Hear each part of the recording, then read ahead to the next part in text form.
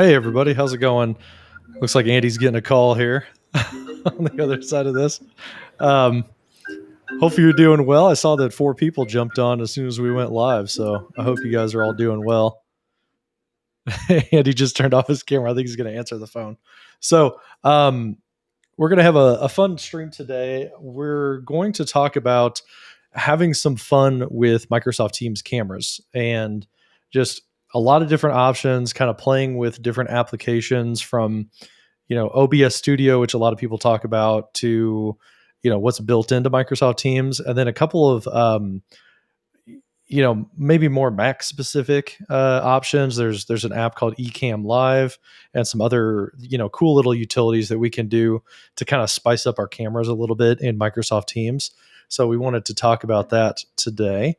And before we get started, for all of you guys who are watching online, drop in the chat where you're watching from. Let us know where you're at today, and we'll throw that on the screen here. So Andy is still away at the moment, so we'll let him finish up his call and jump back onto the live stream here last minute. But yeah, let me know where you guys are watching from. I'm in Kansas City today. We're doing it a little bit later than normal. I had a doctor's appointment this morning, so sorry for the delay if you were used to hanging out with us in the Friday morning time frame. We got Ross here, says that they're watching from Scotland. Hey, that sounds pretty nice still. Clinker 1966, Kearney, Missouri. That's where I'm at. Yeah, I say Kansas City, but technically Kearney, Missouri is where I live. We moved just outside of Kansas City, up north a little bit. We got a greetings from Germany as well as South Carolina. Thanks for joining us from all over the place. Andy is also live on his channel too. I saw that he added his channel, so that's pretty cool. That's a new feature that we're trying out today. Is in Restream, there's the ability to add pair channels. So when I created this event, I was able to give Andy a special link to click on, and then he could add his own social media channels. So he could do his Twitter account, his YouTube channels, things like that. So we can kind of, get a little bit, broader reach that way. Oh, that's cool. You can listen to the amphitheater concerts. So Clinker 1966 is listening or hanging out from the same city that I'm in, Kearney, Missouri. So we were just at the amphitheater last week with the Jesse James Festival. So that was a good time. It was nice weather for it. So how you doing, Andy? I'm good. Sorry about that. Fine from your phone call. I've been in. I got a client on site for the first time in like 18 months on Monday, and they've been trying to connect with me all day. Kind of a heads up for some things that we're getting there. And right when we went live, they called, and I'm like, oh, so that's awesome. Kind of a last minute emergency. So sorry about that, but that's yeah, funny. Everything's squared no away. worries, man. We're good to go. Yeah, no problem.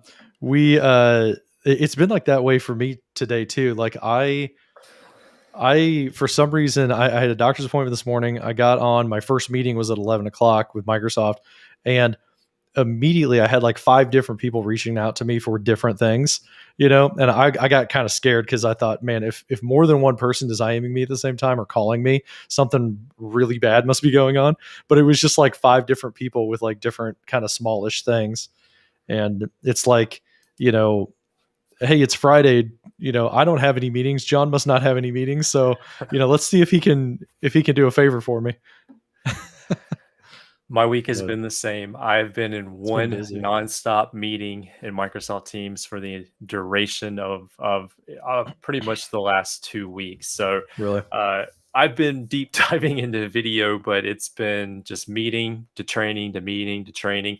I really value that 15-minute buffer in between meetings now, just to be able to catch your breath and move into the next one.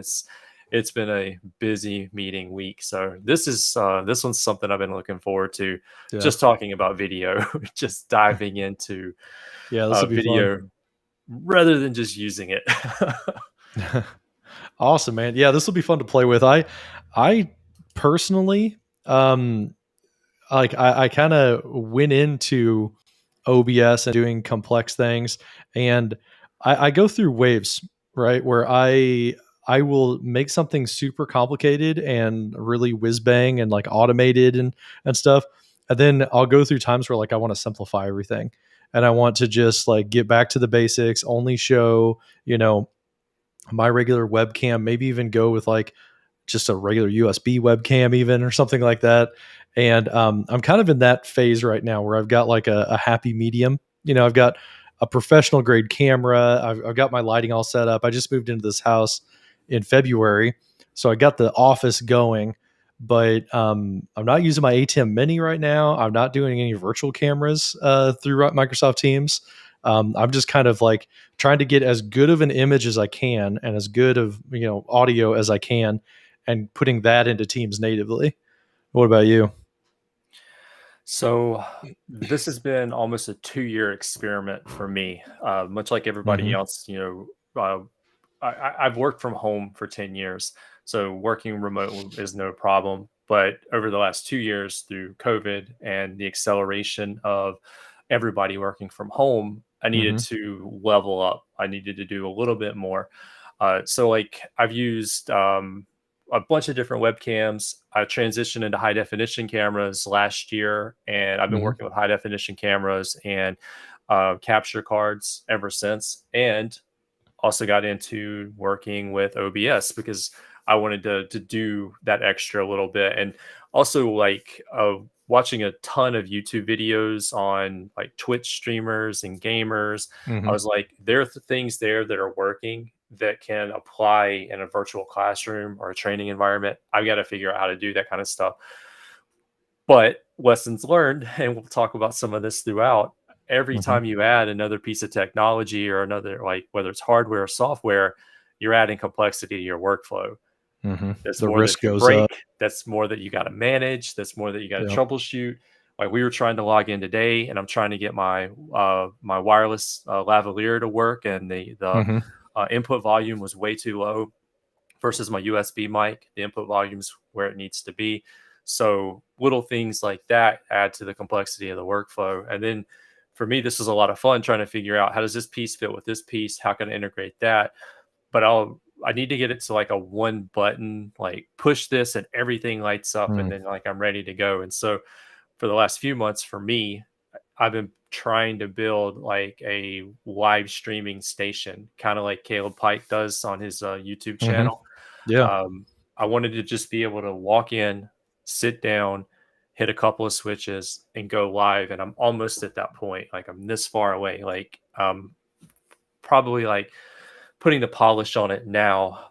And I did some lessons learned recently. I know some of you that follow me on social media, you saw a couple of tweets that I retweeted from a friend of mine at SharePoint Fest. I got to sit down with Jay and from AppPoint, Hmm. and we they were doing podcasts, and I was doing some live streaming, but the signal in my hotel room was horrible.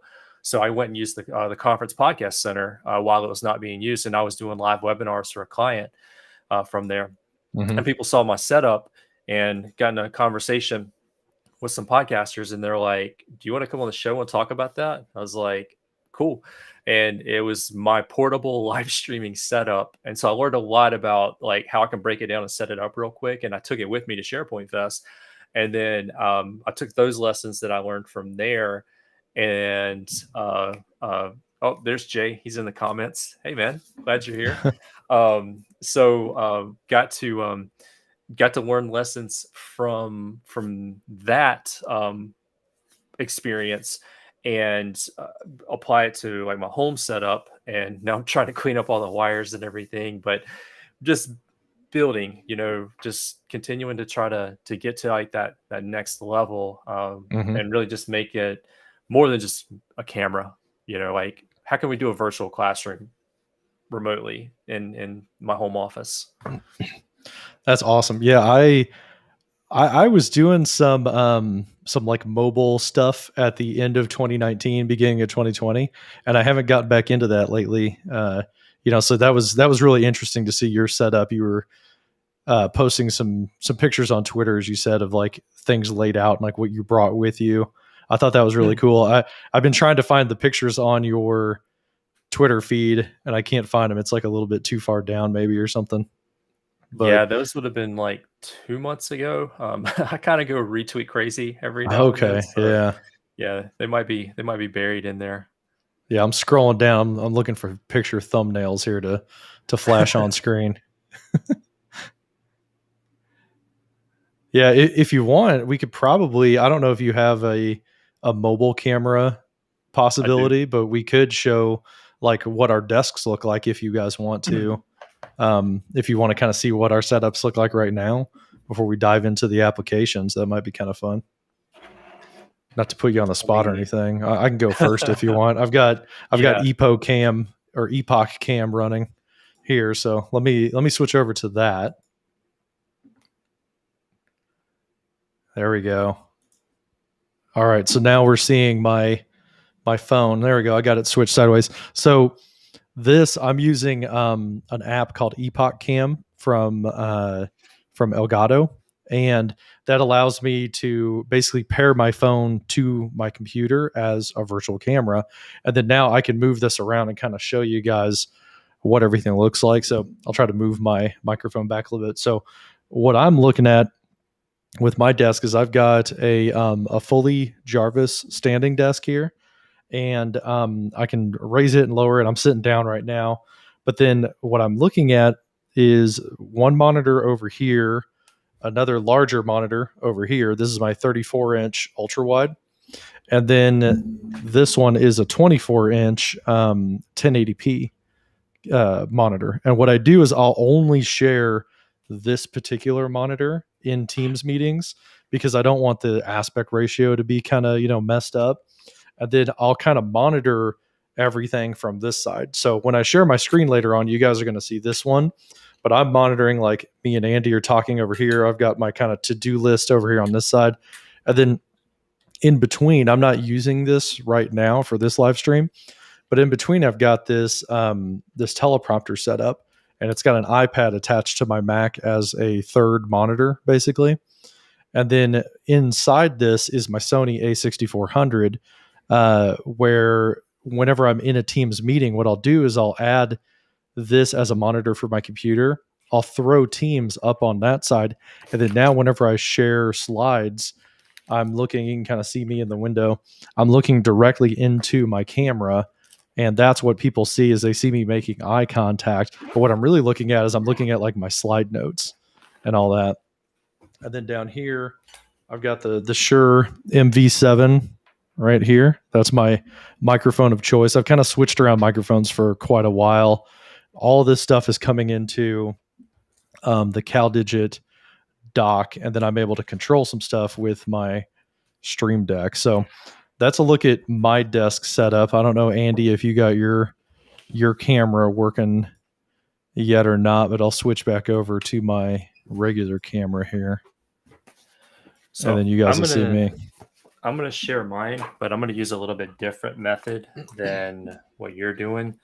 Cool, yeah. So I'm gonna take advantage of a Apple specific feature, which is kind of cool, and this is something that I use in events. So let me just real quick get this running. All right. So Curious about this. This would be nice to have an easier way to do wireless cameras and stuff.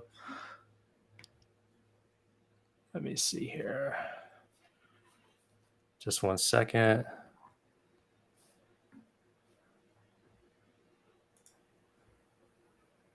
Yeah, Jay, I'll have to put something together with like my whole teleprompter thing. Andy mentioned Caleb Pike on YouTube. He is awesome. His channel is called DSLR Video Shooter, and he has like the ultimate. He's a very professional video creator, and he has like the ultimate setup guide for what he does for his camera or his teleprompter. And basically, I'm using the same teleprompter, but I'm using an iPad instead of the camera monitor that he did. I need to go to the camera monitor that he's using because one, it'll be HDMI. You won't have to use like an app to mirror your computer screen. And two, it would be 1080p. The reason why I'm not using it today is if I threw the restream window onto the iPad, it cuts the chat off on the side, and then I can't control the chat. So that's why I'm like looking off screen. I had to rearrange myself and Andy because earlier we were like this, and it looks like I'm looking away from Andy. So I had to drag him back over. But yeah, I'll have to do some teleprompter deep dive and show that with some B-roll. It's more than just me shaking with my phone. All right, so just one more second. Sorry, this wasn't set Yeah, up sure. on my computer. So No I'll worries, explain man. what I'm actually doing. I'm going to use the iPad, and I'm going to use the iPad camera, and I'm actually connected the iPad Lightning to USB-C into the back of my Mac Mini. And in Apple, on the Apple system, you can use QuickTime, and QuickTime will allow you to use the camera and feed the screen or the camera or whatever into QuickTime, and then you can switch over and share like the screen, and you can broadcast it through your device. It looks like it's trying to trust my iPad right now, so this might be a second. So one moment. Let me just. And if this doesn't work right now, I will get it working while we're in the live stream, and I'll show it here Sure. in a minute. It's going to highlight a comment too from Ross here. And he said he's using NVIDIA broadcast to do like manual control because you can control like the background blur. It's like a hardware, enabled version of background blur. So it's just a lot cleaner, a lot nicer. The noise suppression is ridiculous on the NVIDIA broadcast suite. So they said that helps a lot with like room echo, stuff like that. I've got two guys on my team. They built custom gaming PCs with NVIDIA graphics cards in them. So both of them are using that as well for their team's meetings. And they kind of, we're all using just camera directly in, but those guys kind of like take it way further than the other guys on my team because they have that powerful graphics card as well.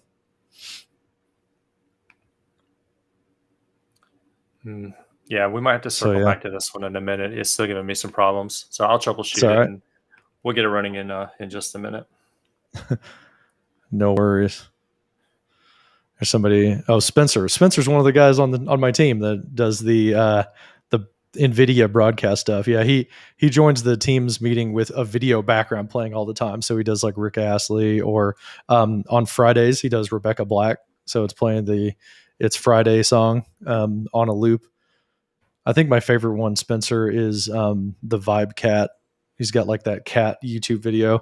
It's just vibing in the background from like the beach, the guy playing bongos. But yeah, so we can recircle that and try to look at that a little bit. I got let me throw my screen up here on the side. I did find one picture of your setup, Andy, where you've got part of your desk here with your Yeti microphone and all that. We'll have to scroll through and see if I can find his mobile setup. What is that? That's like 3 months ago, right? There's a newer one like a month ago. Yeah, there's a newer one. I did some stuff for the Experts Conference Tech here recently. It's probably in that section that you're in right there. Yeah. And had the whole setup running there. So let me get my other camera plugged in, and then I'll show it. Oof, look how nice that looks. See, that looks like a thumbnail, Andy. That looks good. I may have framed that one just a little bit. So what you're seeing there, first off, stand-up desk. I've got the uplift corner desk, so it's kind of an L shape. So that's actually straight ahead right now. And then I've got a Dell 40-inch monitor.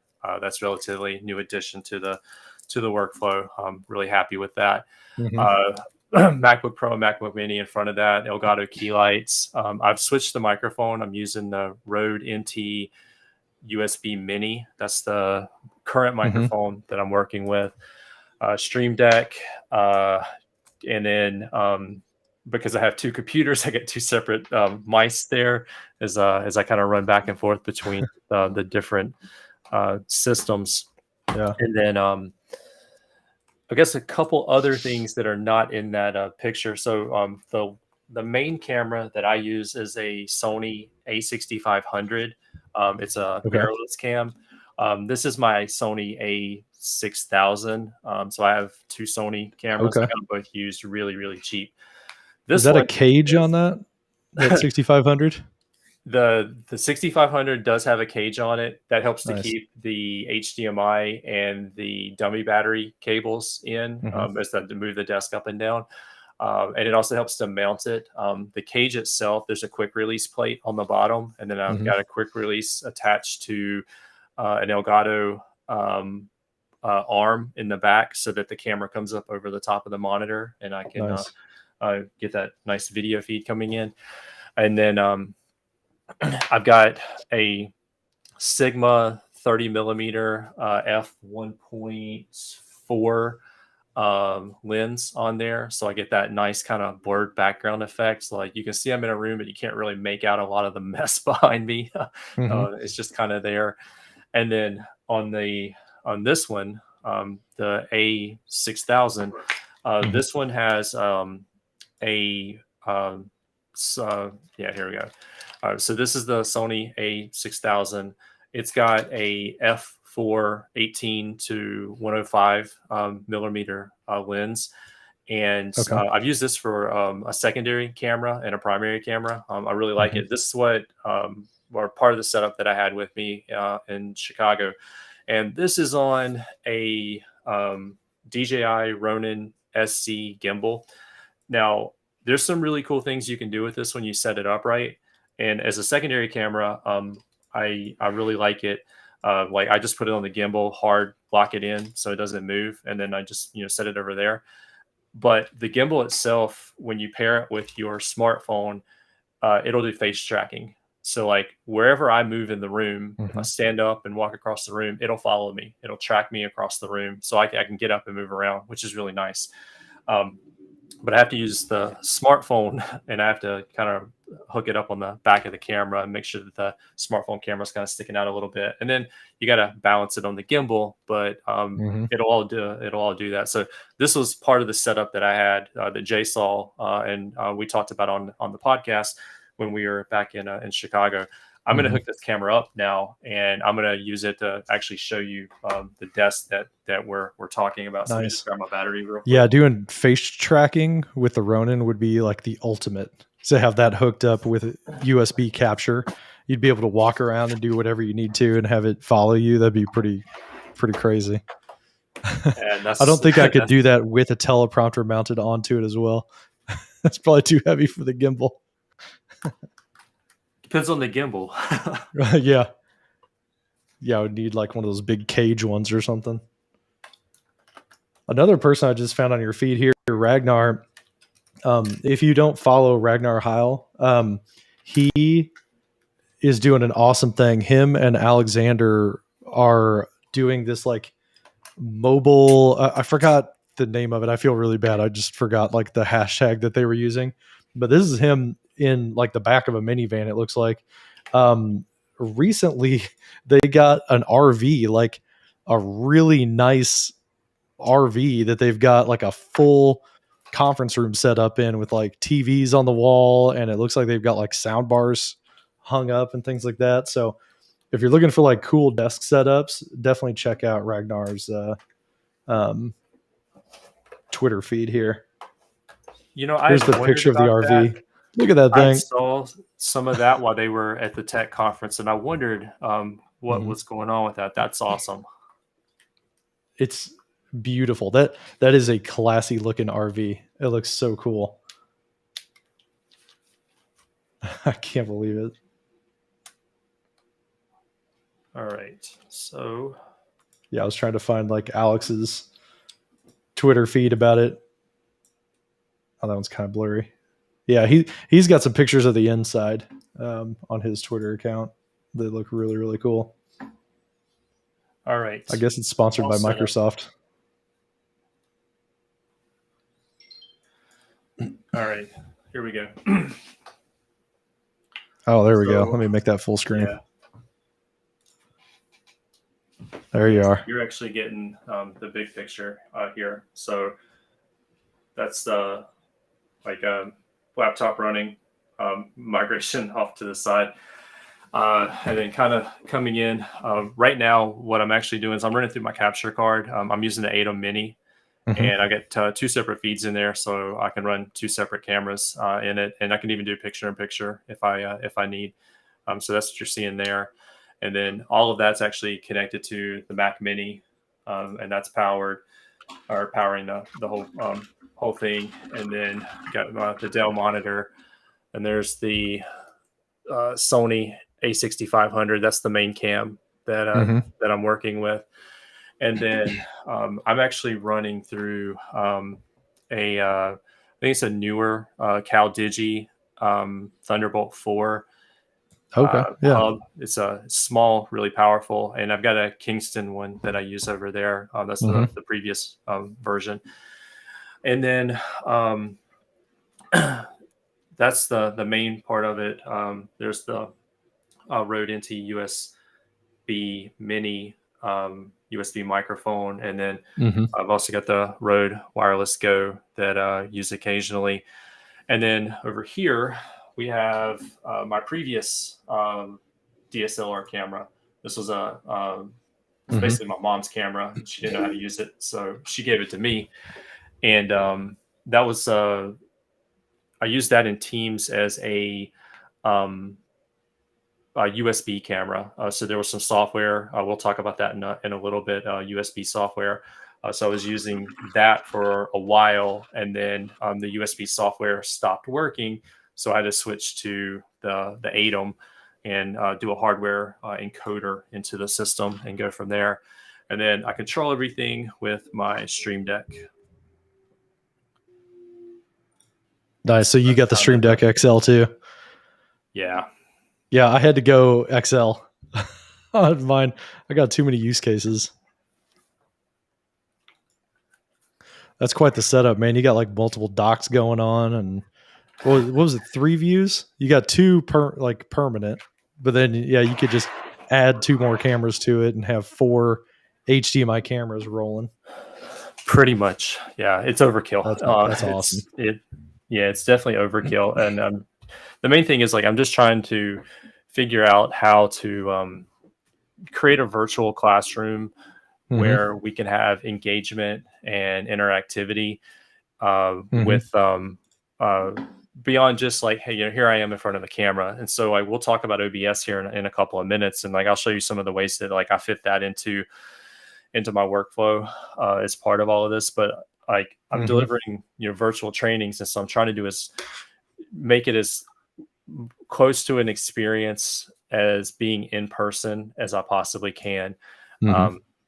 And figuring out all the different cameras and how it comes together has been a lot of fun, but it's also been challenging, but it's to add that extra value. So this is the main camera that I talk to, but occasionally, I want to switch over and, have that different view and, that different level of interactivity. Yeah, that's sweet. I can do that with that secondary camera. Change the angle, change the lighting, just kind of mix it up a little bit.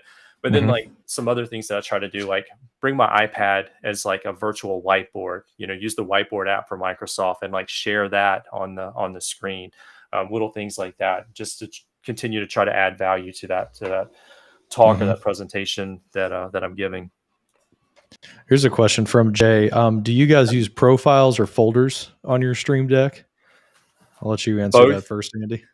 Both, yeah. I use both, and they have a new Stream Deck 5.0.1 beta, and they have paging in it, so you can within a single profile you can page. So we have the 32 button model. You'll have paging, and you can page over in there. I'm really excited about that. I haven't had a chance to download that yet, but that's on my on the list of things that I want to do. I'm the same way. This is my Stream Deck setup right now. So this is currently what I see. And if I zoom in here, I've added a few new buttons across the bottom that I want to talk about.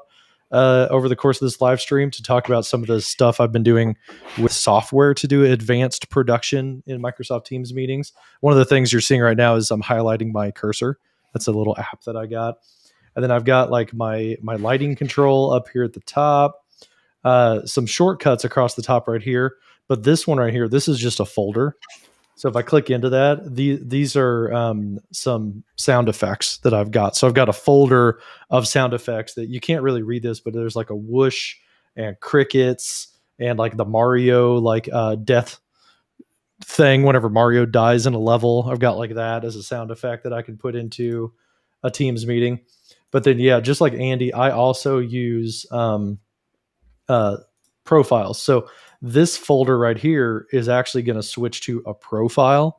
So if I press that, when I'm running OBS, now I've got my OBS profile. It's called Just Chatting, and I've got all my scenes across the top. So inside of OBS, if I bring this up and then bring up the Stream Deck, I've got where right now I'm on the camera only scene. If I want to show my screen, I click that third button.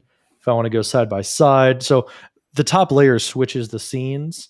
If I need to mute the music, all of a sudden I can hit those buttons across here to like kill audio if I have to. There's 4 different audio sources. In my pre-show scene, you can like hear that music playing back. I've got a pause button that basically goes in and hits a keyboard shortcut to pause that music or to go to the next track in there. And then again, I've got my lighting effects across the bottom. So that's used as a profile. This button right here just goes back to my main profile. And then with that, I'm able to change like my lighting. If I click on the focus button, this is what I look like whenever I'm just working. I don't have my big light on. It's just normal soft white lighting. But I click this blue pink icon right here. If I click on that button, kind of goes into like show mode where it changes all my lighting and gets me ready to go into a meeting or to record a video. So yeah, long answer. I use both as well, Jay. Another question, Andy, from Alex. What kind of budgets did you guys have? Do you have an official budget for filling out your office? So this is a collection of stuff for me for a number of years. Now, I will admit I did get a few of these things over the course of the last year, but I wasn't traveling. I didn't have travel expenses, so I was able to roll some of that budget into this.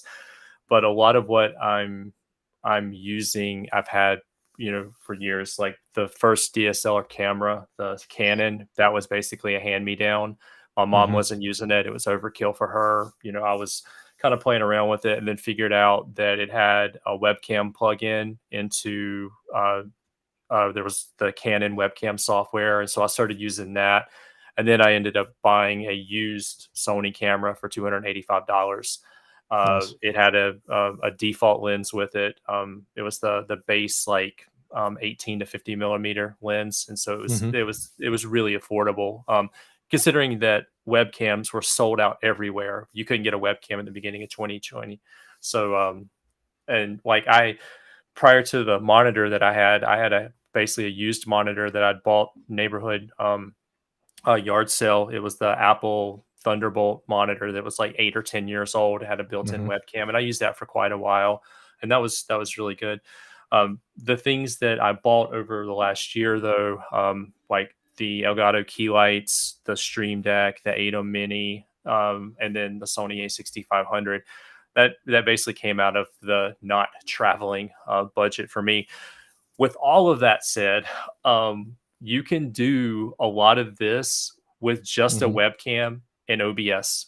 OBS is free. Only thing it's going to cost you is time. You can do most of some of the setup and the things that we're going to kind of talk about and deep dive into. You can do most of this pretty much for free or on a shoestring budget. You don't have to buy the high definition camera. A lot of the laptop cameras will work. And most of us have an amazing camera already. It's built into your cell phone, and you can use the cameras in there as part of the experience. So you take this and OBS, and you can really level up your game a lot. The other stuff just adds polish to it. So definitely don't have an unlimited budget, and don't want to think that I backed the Brinks truck up to do this. There was a trade off, and part of that was the fact that I wasn't out and about. I wasn't in restaurants. I wasn't traveling. I wasn't on the Hmm. road. So I was able to repurpose some of that money. And just throwing a shout out here to my buddy Daniel Christian in the chat. Daniel saw some of the setup when we were at SharePoint Fest in Chicago, and I did a test with Daniel. We talked about the Rode Wireless Go Hmm. lavaliers, and he stepped up and got one, and he's using that on his Nice. channel on YouTube now. So that's pretty awesome. Yeah, I'll have to dig mine out. I'm also a fan of the Rode Wireless Go. Yeah. I've got one of these as well. I'm thinking about selling it though because I don't really use it all that much anymore. To be honest, yeah, I'm the same way. I didn't buy all this stuff all at once. I would not recommend doing that at all. I've definitely chosen the more expensive route to go, where, like Andy, I've bought something, then I've replaced something with something else, and then I bought something else, and I've kind of just built up over the course of. It's been about 3, maybe 4 years now since I started buying like, oh, this microphone, and then I'll increase my camera a little bit better, then I'll buy another better microphone, and then I'll buy some lighting, and then I'll get another camera. I kind of get to where I hit a ceiling, and then I like get that thing that gets me to the next level. And yeah, I looking at my desk, it's all personally owned except for my laptop. That's my company owned laptop, and then this one monitor, this small monitor, is a 24-inch monitor from my desk back at work pre-pandemic. So yeah, like Andy, I've bought the lights, the cameras, the stream deck, all that stuff just over time.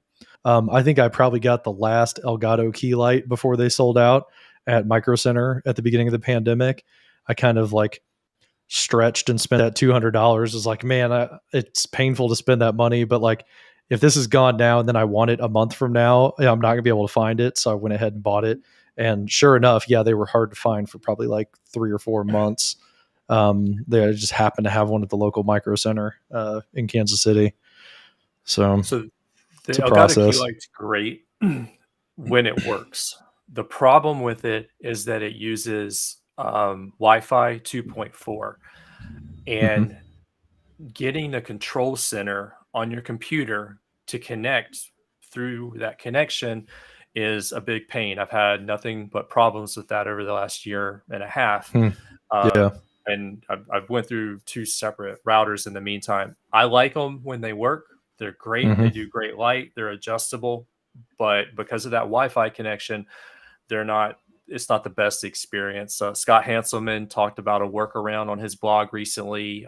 Basically, you can dive into the program files for the control center, and you can Hmm. basically hardwire it to a static IP address, and you can set the key lights themselves to a static IP address in your router.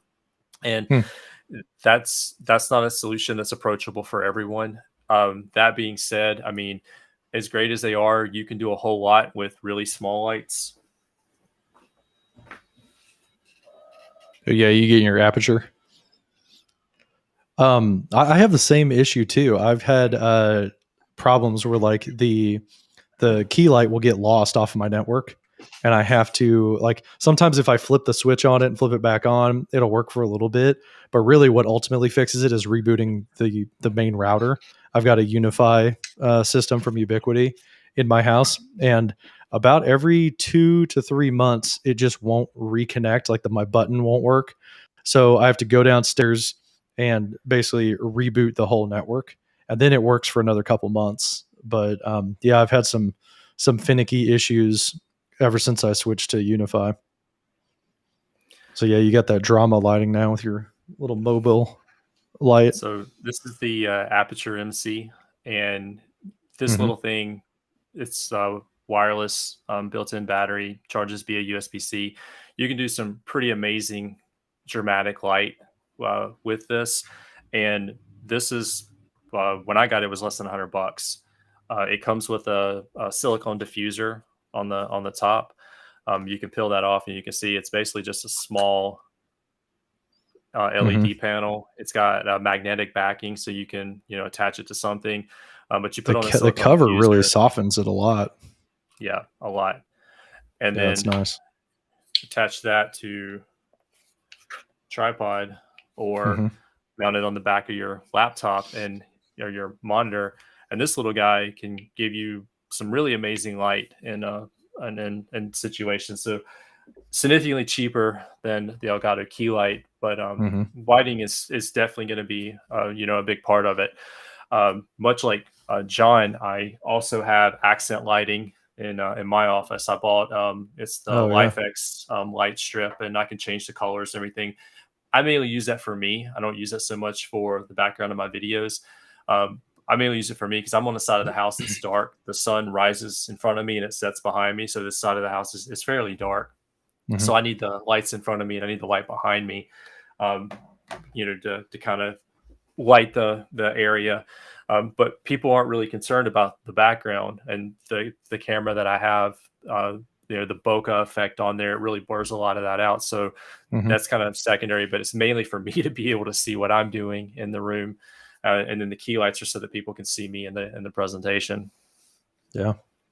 Well, should we dive in and start talking about like Teams cameras and software camera stuff here? Yeah. Where do you want to start, man? So I'd like to start, for most of us, I mean, we've been taking a team-centric approach to these conversations that we've been having, basically doing a deep dive into Teams and whatnot.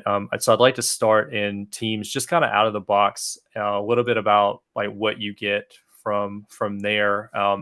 We'll talk about what you can and can't do inside of Teams, and then maybe we'll transition over into some of the, let's add an extra layer to it through tools like OBS and webcams and whatnot.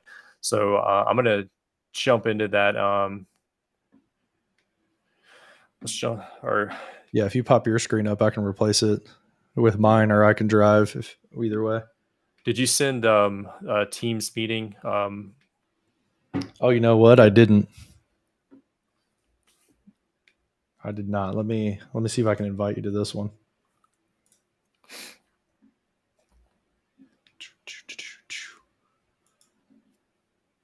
Oh, come on now. Loading your calendar. Yeah, I've just got like this standing Teams meeting that I've got, so I'll add Andy onto this, and then we can just jump into it. It's a Contoso type of deal.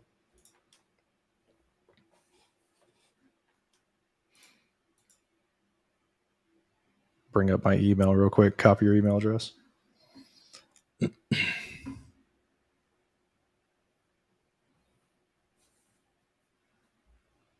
Come on, Outlook.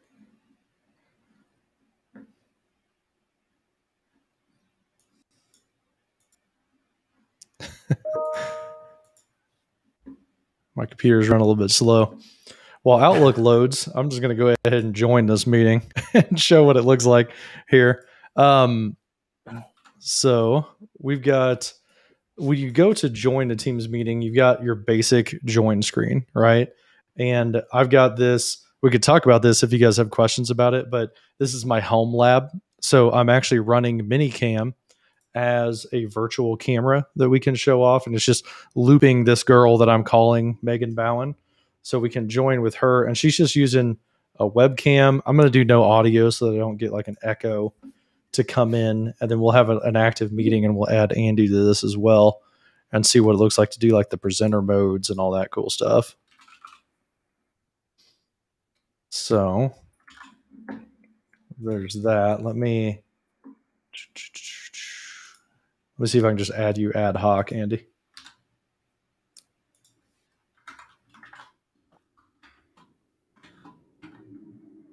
Come on. That. Go all the way to the end. Oh my gosh. Yeah, Bad at using Windows, man. Yeah. Not in this meeting. Request to join. We'll see if that works, bud. And then we can bring like Alex in, Nestor, all these other fake Contoso people.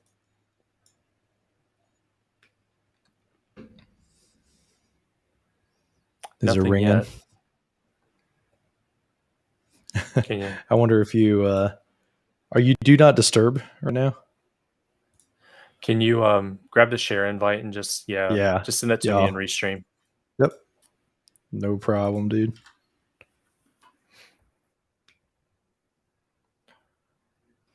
Actually, that put way too Wow. much Yeah, you other should. It just junk sent in me div there. elements. Yeah. So It apparently says div restream style chat. equals. There you There go, we bud. go. There you All right. go. So we'll wait for Andy to join here, and then we can click around. This is a little tip here.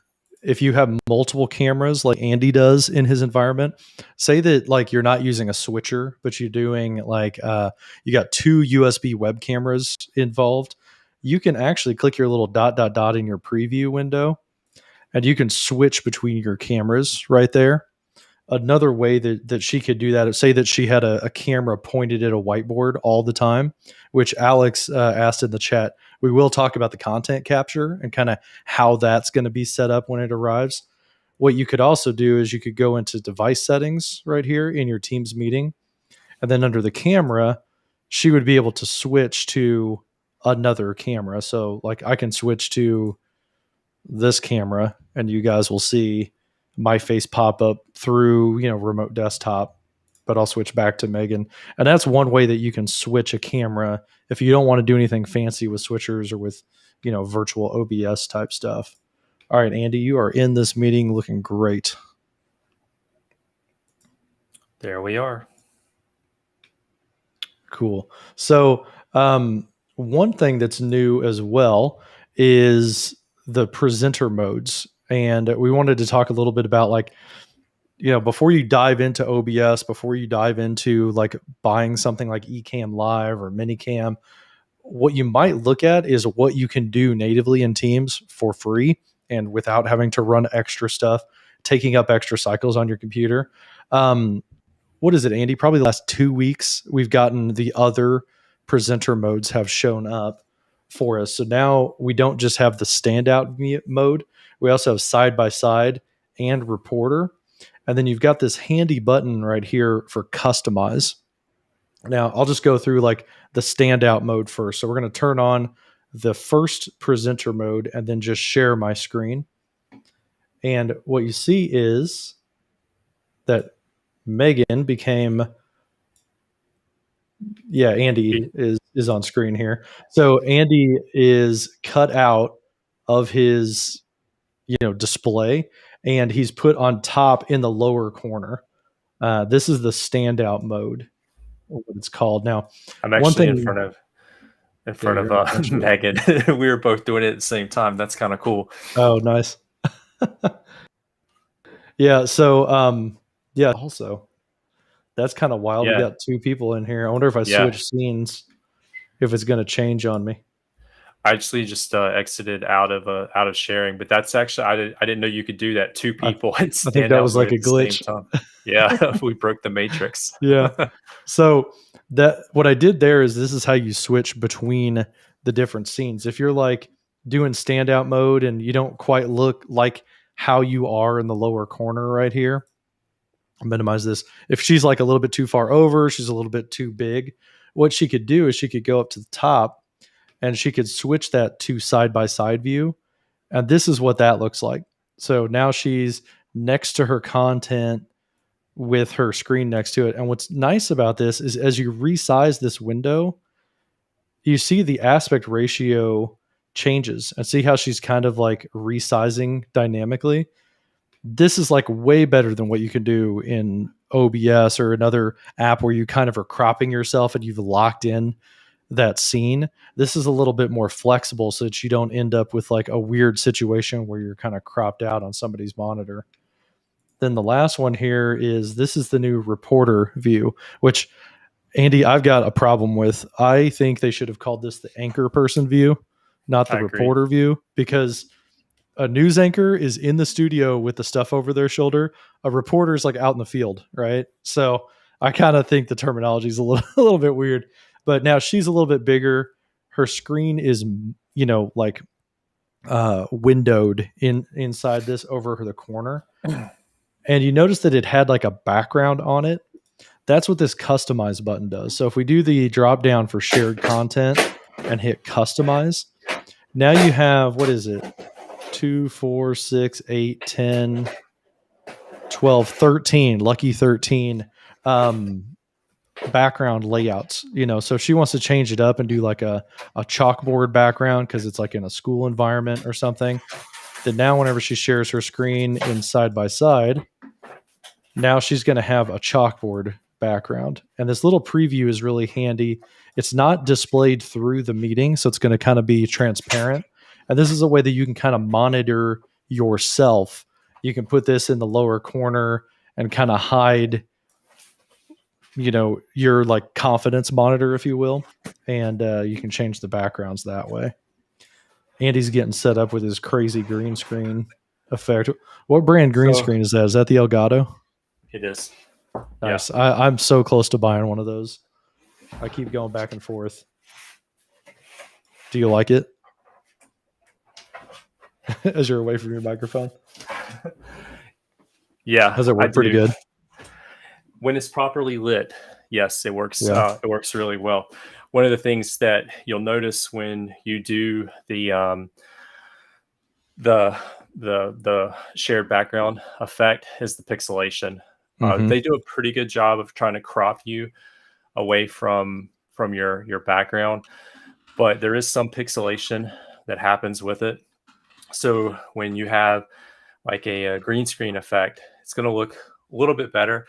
Now you'll notice here, it's between my headphones. It keeps some of that because it's it's trying to kind of showing through. Yeah, it's trying to do it with software a little bit more. But having that one solid color behind you makes it a little less pixelated around the edges whenever you go into these various modes. So as you switch back and forth between the different views inside of there, it's just going to kind of clean it up a little bit.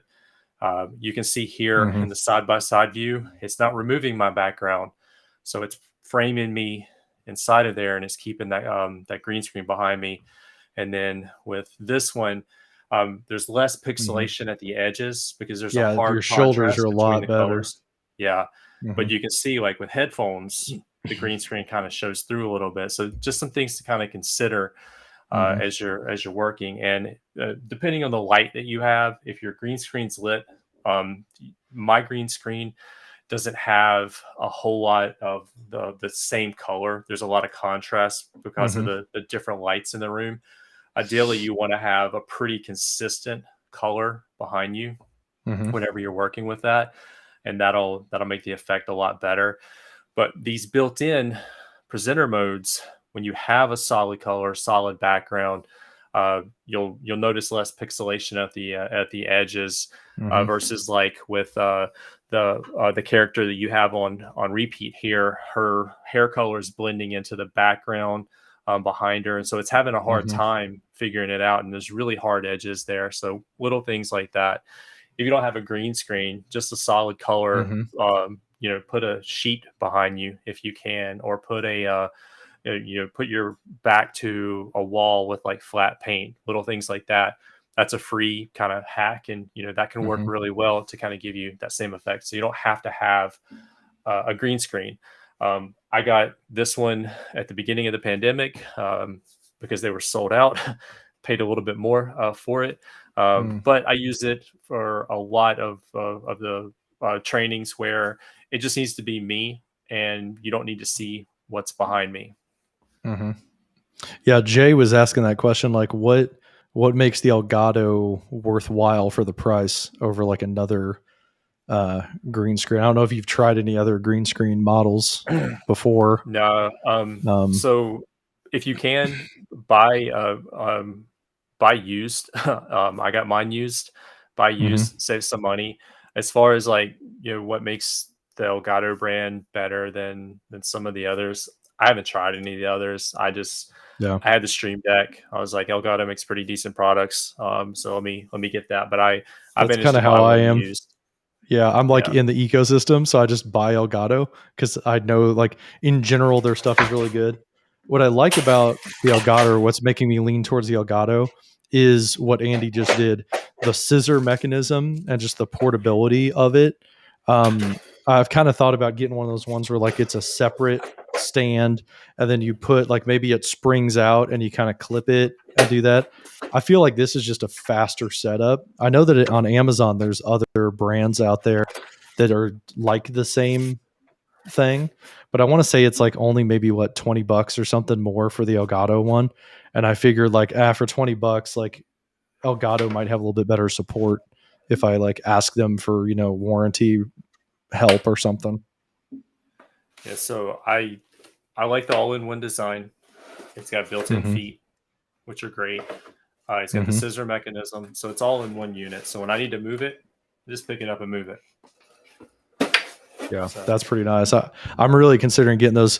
We do like trainings on campus where we've been recording virtual like OneDrive basics, Teams basics, classes like that, and we're recording them on campus so it looks a little bit more corporate, And we went around last time and took really nice, mirrorless camera stills of backdrops.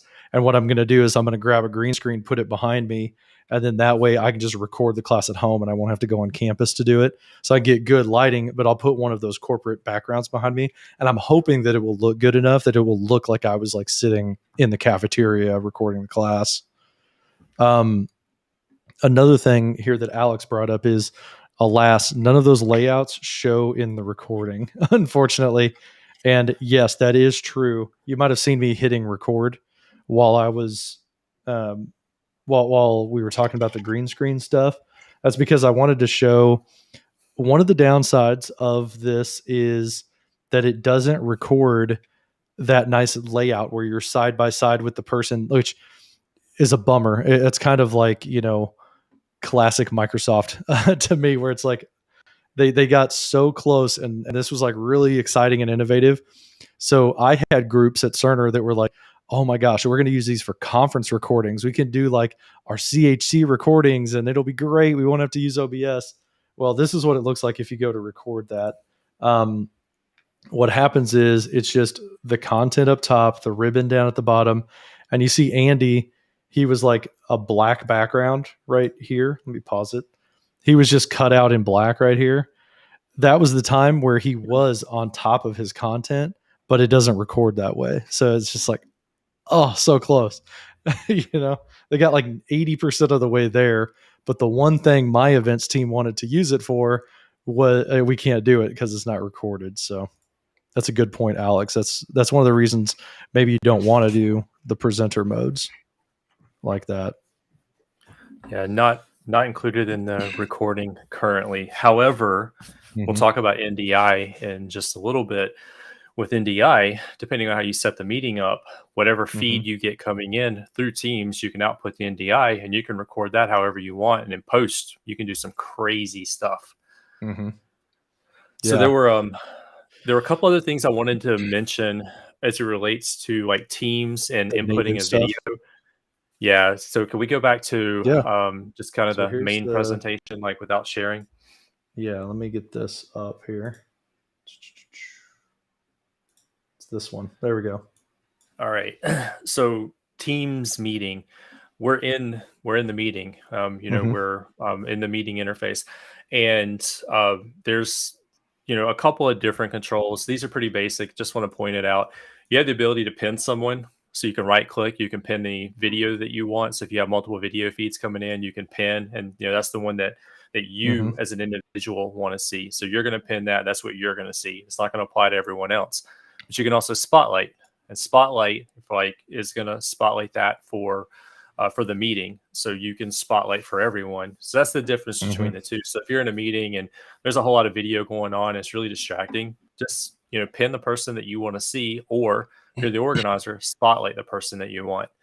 There's also, as John just showed, fit to frame. So that's one thing to know about the video itself is when Teams broadcast the video, it crops in to the person, and sometimes it crops really tight. I've seen situations where it's cropped and the person's been off to the side for the duration of the meeting. And so not the best experience. So you can fit to frame or you can, in some cases, depending on the number of like video that you have in there, you can even on the desktop version of Teams, you can click on the person's feed and you can move it right and left inside of that little window there, and you can focus in on what you want to focus in on. Yeah. So if we I'm adding Alex Wilbur to this, and you can see here. So this is the default. I'm going to stop spotlighting. This is the default. When you got like 3 people in a meeting, you're going to have, I got to unpin you as well. Let me click on the pin. Yeah, you're going to have like the other 2 participants taking up half the screen, right? It gives them equal space. Now you see how much Andy has cropped in. If he moves, it will kind of generally follow him, it'll kind of reframe. You can actually, no, it's not doing it. On mobile, I've seen you can like tap and you can move the person around inside that crop, but I guess it doesn't do it on the PC version. But if I want to see Andy all the way, I can right click and fit to frame. And then now you can see what's over his shoulder. You can see the guitar in the background, the green light over his other shoulder. And then if Alex is distracting or, Alex is not part of what's going on in this meeting, then Megan could basically spotlight Andy as the presenter for everyone. That gives Andy the whole stage, and everybody else kind of goes to this overflow area along the side. And let me share my Teams with you here, and so people can see what I'm seeing.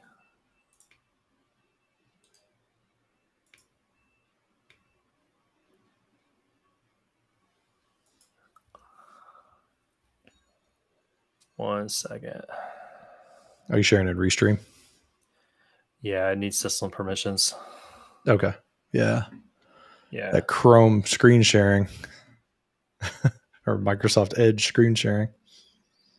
All right, screen recording.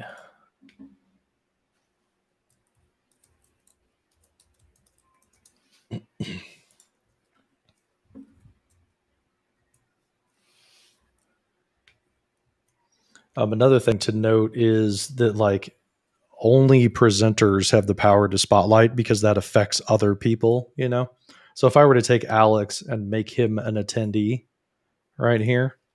So I've thrown Alex over as an attendee. Over on Alex's screen, if he goes in, he sees that Andy is spotlit. He's the biggest thing, but he's not able to right click and spotlight Megan unless Megan went back here and made him a presenter. So again, it's very important to make sure that you have presenter and attendee rights set up, because otherwise, you could give everybody the power to spotlight multiple people if they click on the wrong thing. So, all right, I'm all set up. Awesome. Yeah, there you are. Let me bring you on screen. I'll take my screen away. Yeah, so this is my team screen. This is what I'm looking at whenever I'm actually presenting. So I see the other people that are there, but it tells me there. It gave me a banner window at the top, and it's like, you're in Spotlight, and then I can exit Spotlight. I have that option right up there. But I see the camera feeds here, and then I'll have options.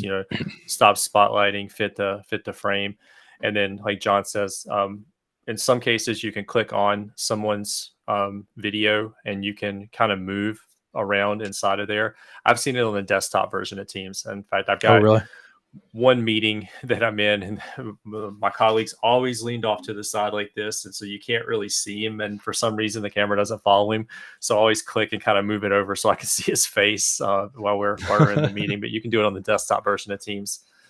Nice.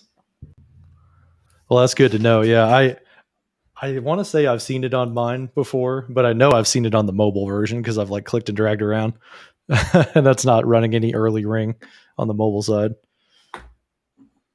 One question here, Joe Gasper. I'm not sure the answer on this one. With RTMP coming, I would think that we would get a feed of actually what the attendees see. Joe, I think you're right. I think you're talking about like the recording functionality.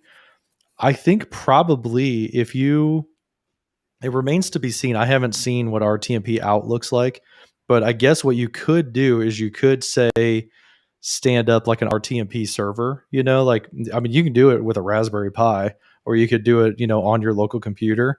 And then, you could like stream the team the Teams meeting to that custom RTMP server. And even though it doesn't have any watchers, you could just record it that way. So yeah, that would be a way that probably we'd be able to do that. I'll try to remember that, Joe. Whenever RTMP out comes, I might take one of my Raspberry Pis, make it an RTMP server, and try seeing like, does it just capture the stage? I think you're right, it would, because it would just be what's ever in that 16:9 frame. So yeah, that's a good point though. That might be a good workaround for us here soon. When is RTMP out coming? Isn't it October? It got moved to October, I think. Sounds familiar. Let's see but if we can I'm find not it. 100%. Yeah. I'm looking it up right now. Roadmap.office.com is your guys' friend when it comes to like if things are coming out or not. Let's check it out. Okay, so roadmap. Let's go to RTMP. Two things. There's RTMP streaming support. So this is the one that a lot of people have talked about, which is the output. That's coming October currently. Then also, you guys may not have seen this yet on the roadmap, but this was added fairly recently, where RTMP in is going to be coming. So you'll be able to produce your live event using the external encoder and use RTMP input so that it'll broadcast out. So if you have like another third party solution or some like hardware encoder, you can like basically inject that into the live event. Both of those are coming hopefully at the same time in October. Okay, so we talked about like, yeah, the presenter mode, the fact that it's not recorded, the spotlighting, fill stuff.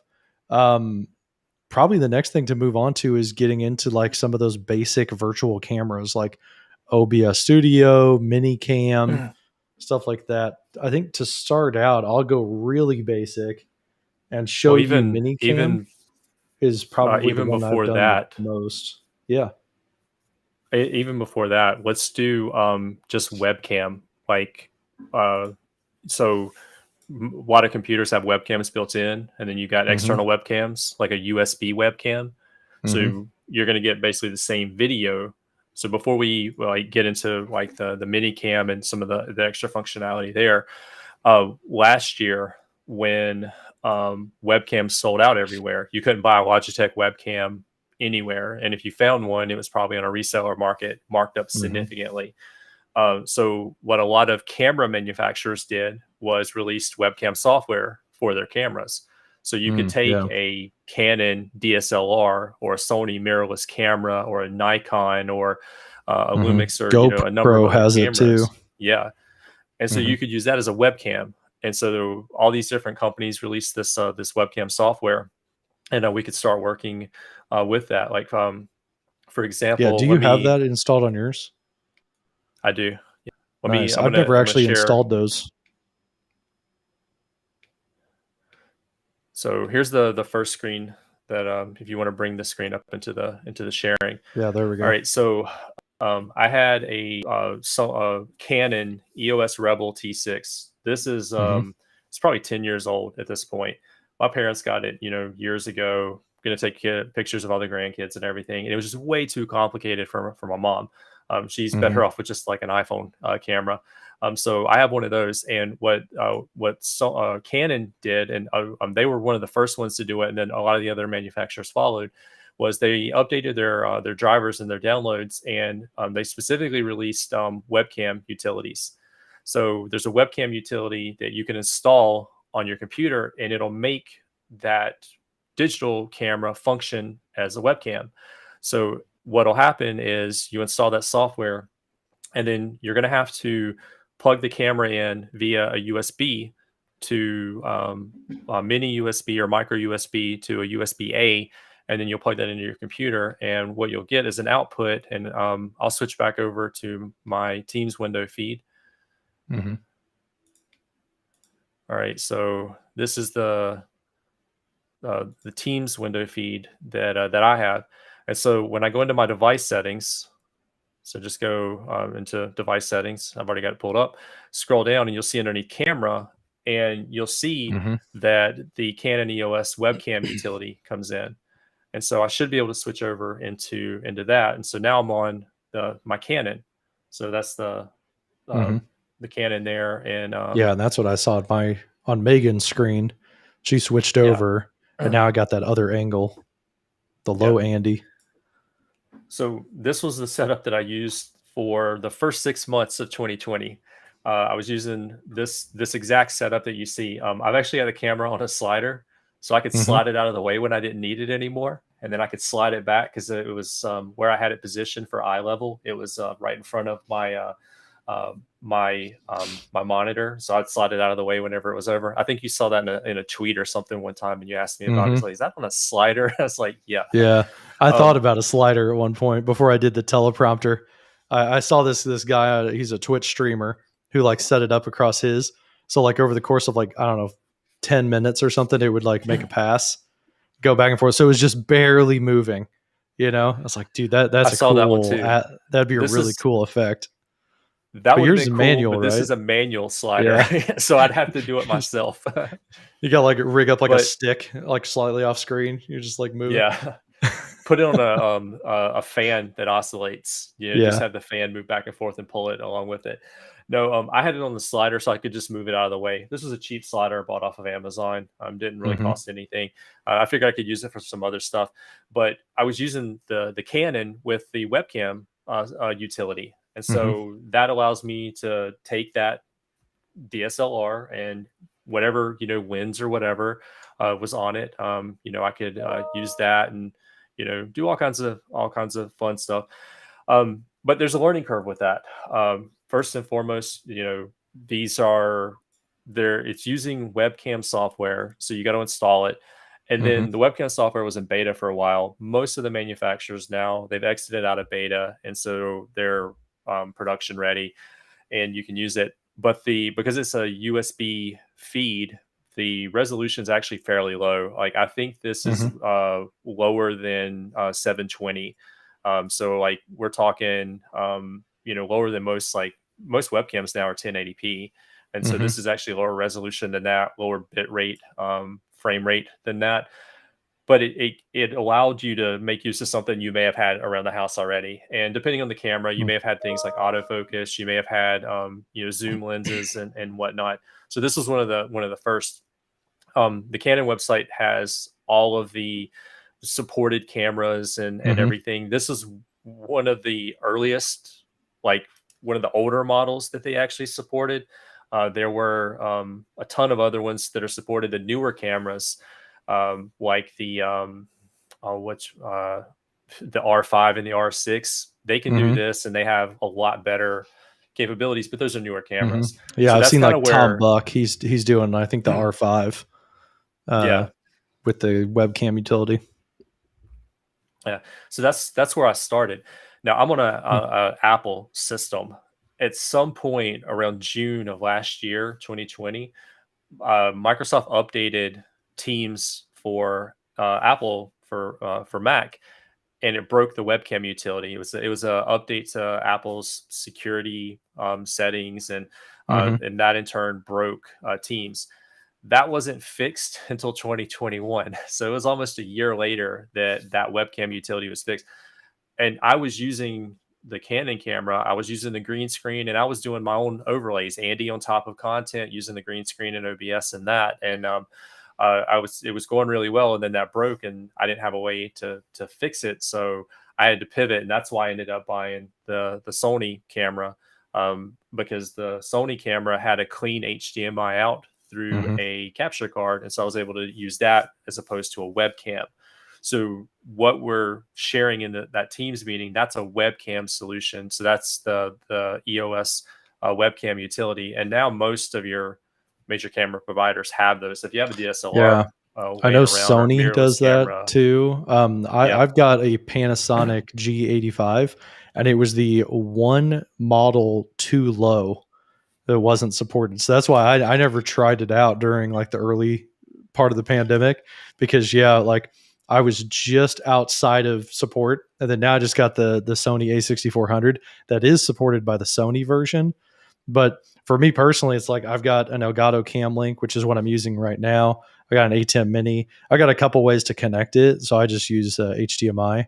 But a lot of people have jumped on the USB, and I hear that it's almost no lag. I think some camera models it'll even power the camera over the USB as well. So your mileage might vary. You might want to do a little bit of Google searching to see like hey, well my model Sony, would it do a video and would it charge, or do I still need a dummy battery? One of the cameras I think a lot of people do that's a simple, really simple setup is to get a GoPro. Like older model GoPros are actually pretty cheap to find used on like Facebook Marketplace and stuff, and that'll power it and be your webcam for you. Unfortunately, my two little cameras that I've got, my GoPro Max, it does not work for that. I have a 360 camera for that. And then my DJI Osmo Pocket, I've got the first generation. That one also doesn't support it because I was hoping I could, if I could get the Osmo Pocket to do face tracking and like HDMI out or do a webcam output, then it'd be like you, Andy, where you've got like the Ronin. Then I could have like a Teams camera that would follow me around. But unfortunately, the Osmo doesn't do that. So you got to go with like something wild like a Ronin and HDMI capture. So to a point that you just brought up, with if you're going to use a camera as a webcam, a dummy battery is definitely the way to go. So a dummy battery, they make them for all models. For those of you that aren't familiar with this, basically it fits in the battery compartment, it matches up, and then it actually plugs into an AC adapter. And most of the mirrorless cameras, whatever, they'll have like a silicone flap so that the cord can actually exit out of it. And so you can pick these up, $40-$50 online, and this will power the camera all day. I would run full day training classes with the Canon camera and just use the dummy battery. And it would never overheat because there's very little actual, it's not like a battery. It's just delivering power. So the dummy battery was definitely a game changer. And you'll find when we start getting into some more in-depth stuff with the cameras in a minute, some cameras have a maximum recording time. They turn off after 30 minutes, depending on what you're doing. So having a dummy battery, you can power it all day and you don't have to switch batteries constantly. Yeah. Cause you're not actually recording, No. it's just sitting there idle. It's sending out, it's clean feed. That's what I do too. I've got a dummy battery for the Sony and a dummy battery for my Panasonic. And yeah, the Sony's been running, it's been, I think 10 or 12 weeks now. Since I set it up on my desk.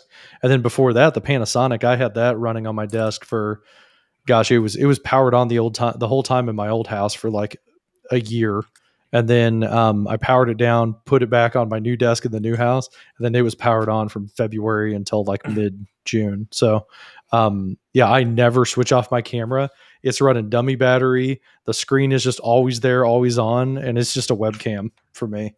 I don't even have an SD card in these cameras.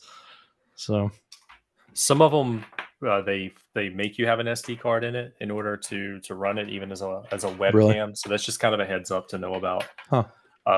We'll talk about some of the other things with the cameras and HDMI out in a minute. Did you want to talk about some of the other webcam like software that we can use? Yeah, sure. I can show ManyCam. One of the pieces of software that I'm using for my home lab right now is ManyCam, and it's one of the cheapest options out there.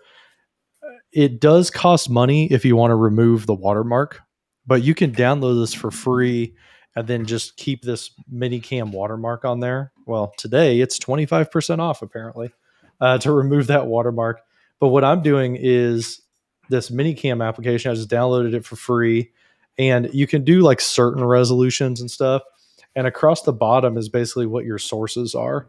So what I did was I clicked on the plus and I imported a video. So like Megan's videos right here on my desktop. And then I just told it to loop forever. But if I wanted to do like an actual camera, what I could do is click on that plus button, select one of my cameras. So like I'll select my cam link, and that will show up here, and I can transition over to it. It might not work because it's in use. Oh, there it is. And then, so I've got my camera working here. It's just a USB or whatever.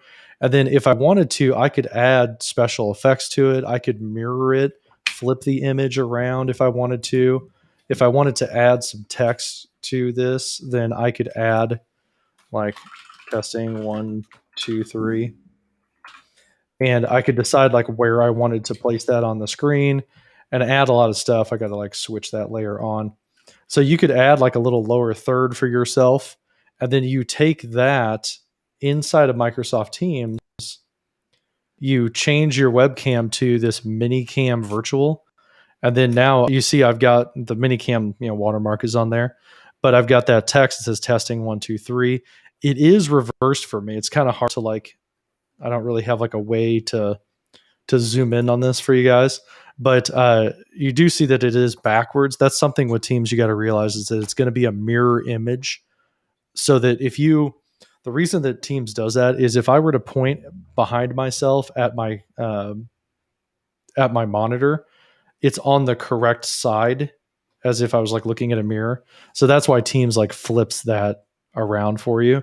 But yeah, that's how you've got ManyCam. And if I switch in ManyCam back over here to Megan, now Megan is there. So you could basically create across the bottom. If you buy the upgraded version of ManyCam, you get rid of this. You could add, like, if say that your presentation, you've got a video intro, and then you've got your webcam with like a lower third. You've got a webcam, maybe your picture in picture with your your screen, and then you put your webcam in the lower corner. It's a little bit more friendly than OBS for some people. And then you basically can just click through these different scenes, and what you see is what you get whenever you click on it.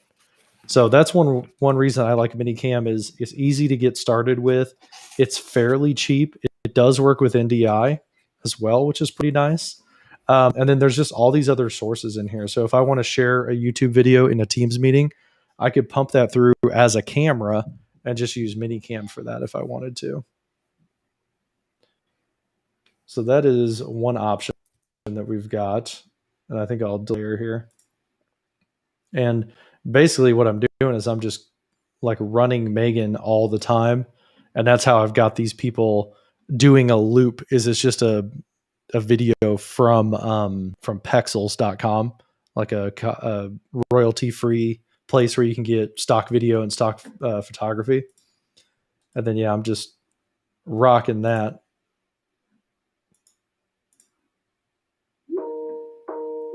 Somebody's trying to call me now. We're just going to let that ring out because it's like over on this other thing.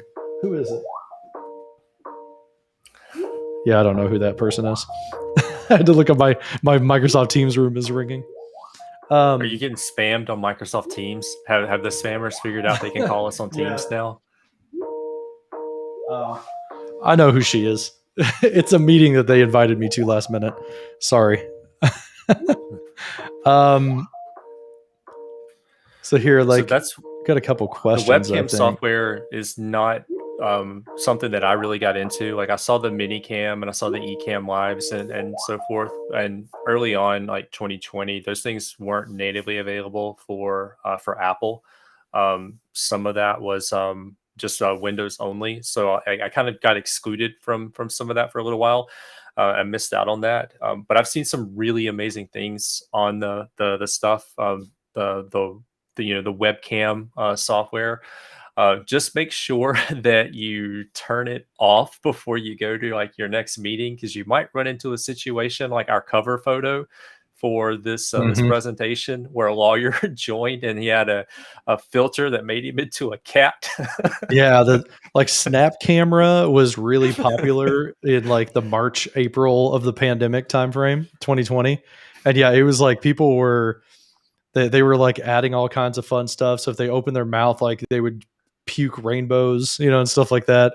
But then they'd forget to turn those effects off. You join the meeting thinking that you're normal until you start talking, and then like your eyes sparkle, or a unicorn jumps out somewhere. So yeah, be careful with those like webcam augmenting applications like Snap Camera. They could be fun. I think everybody kind of like burned themselves out on those things because I haven't heard Yeah. people talk about it in a while. I completely forgot about Snap Camera back in the day. Yeah, you don't want to be the next meme going around like the lawyer cat guy.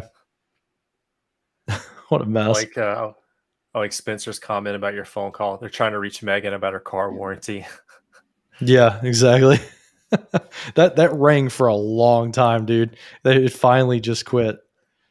So I don't know what they were trying to reach out to me about. I tell you what, it's can I have a favor Friday? I just checked my team's chat and it's two people are like, hey John, let me know when you can IM. Like, not when I'm live on YouTube. That's I can't IM right now. So I don't know what the deal is. It's like people are doing all their unplanned things on Fridays. Um, so that's ManyCam. We talked a little bit about like Snap Camera, stuff like that. What's probably the next level that we would be stepping up to? Probably So something the like, go ahead. encoders. Oh yeah, yeah, physical capture cards. Yeah.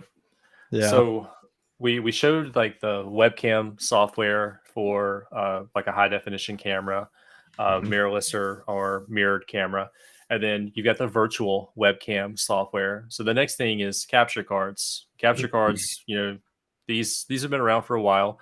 Mhm. They're really big right now with gamers. So anything streaming, Twitch wise, the capture cards there are actually pretty amazing.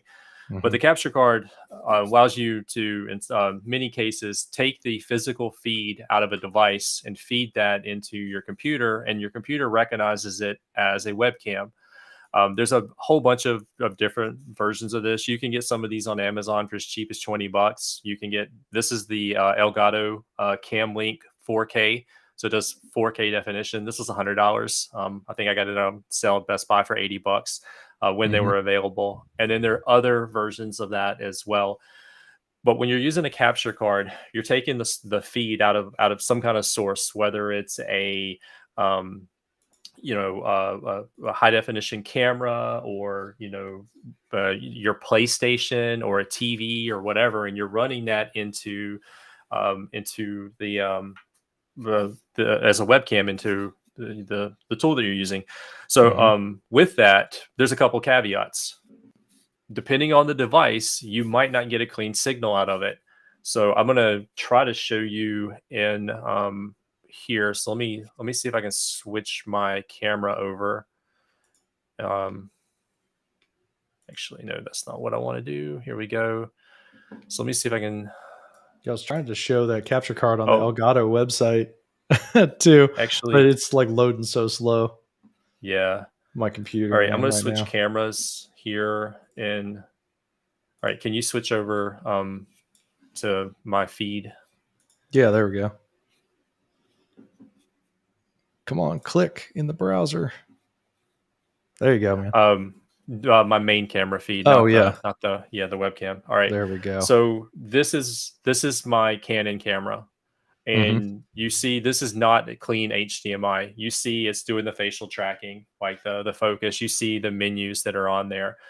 Some cameras do not do a clean HDMI out. So depending on the type of camera that that you're working with, this is what you might actually see.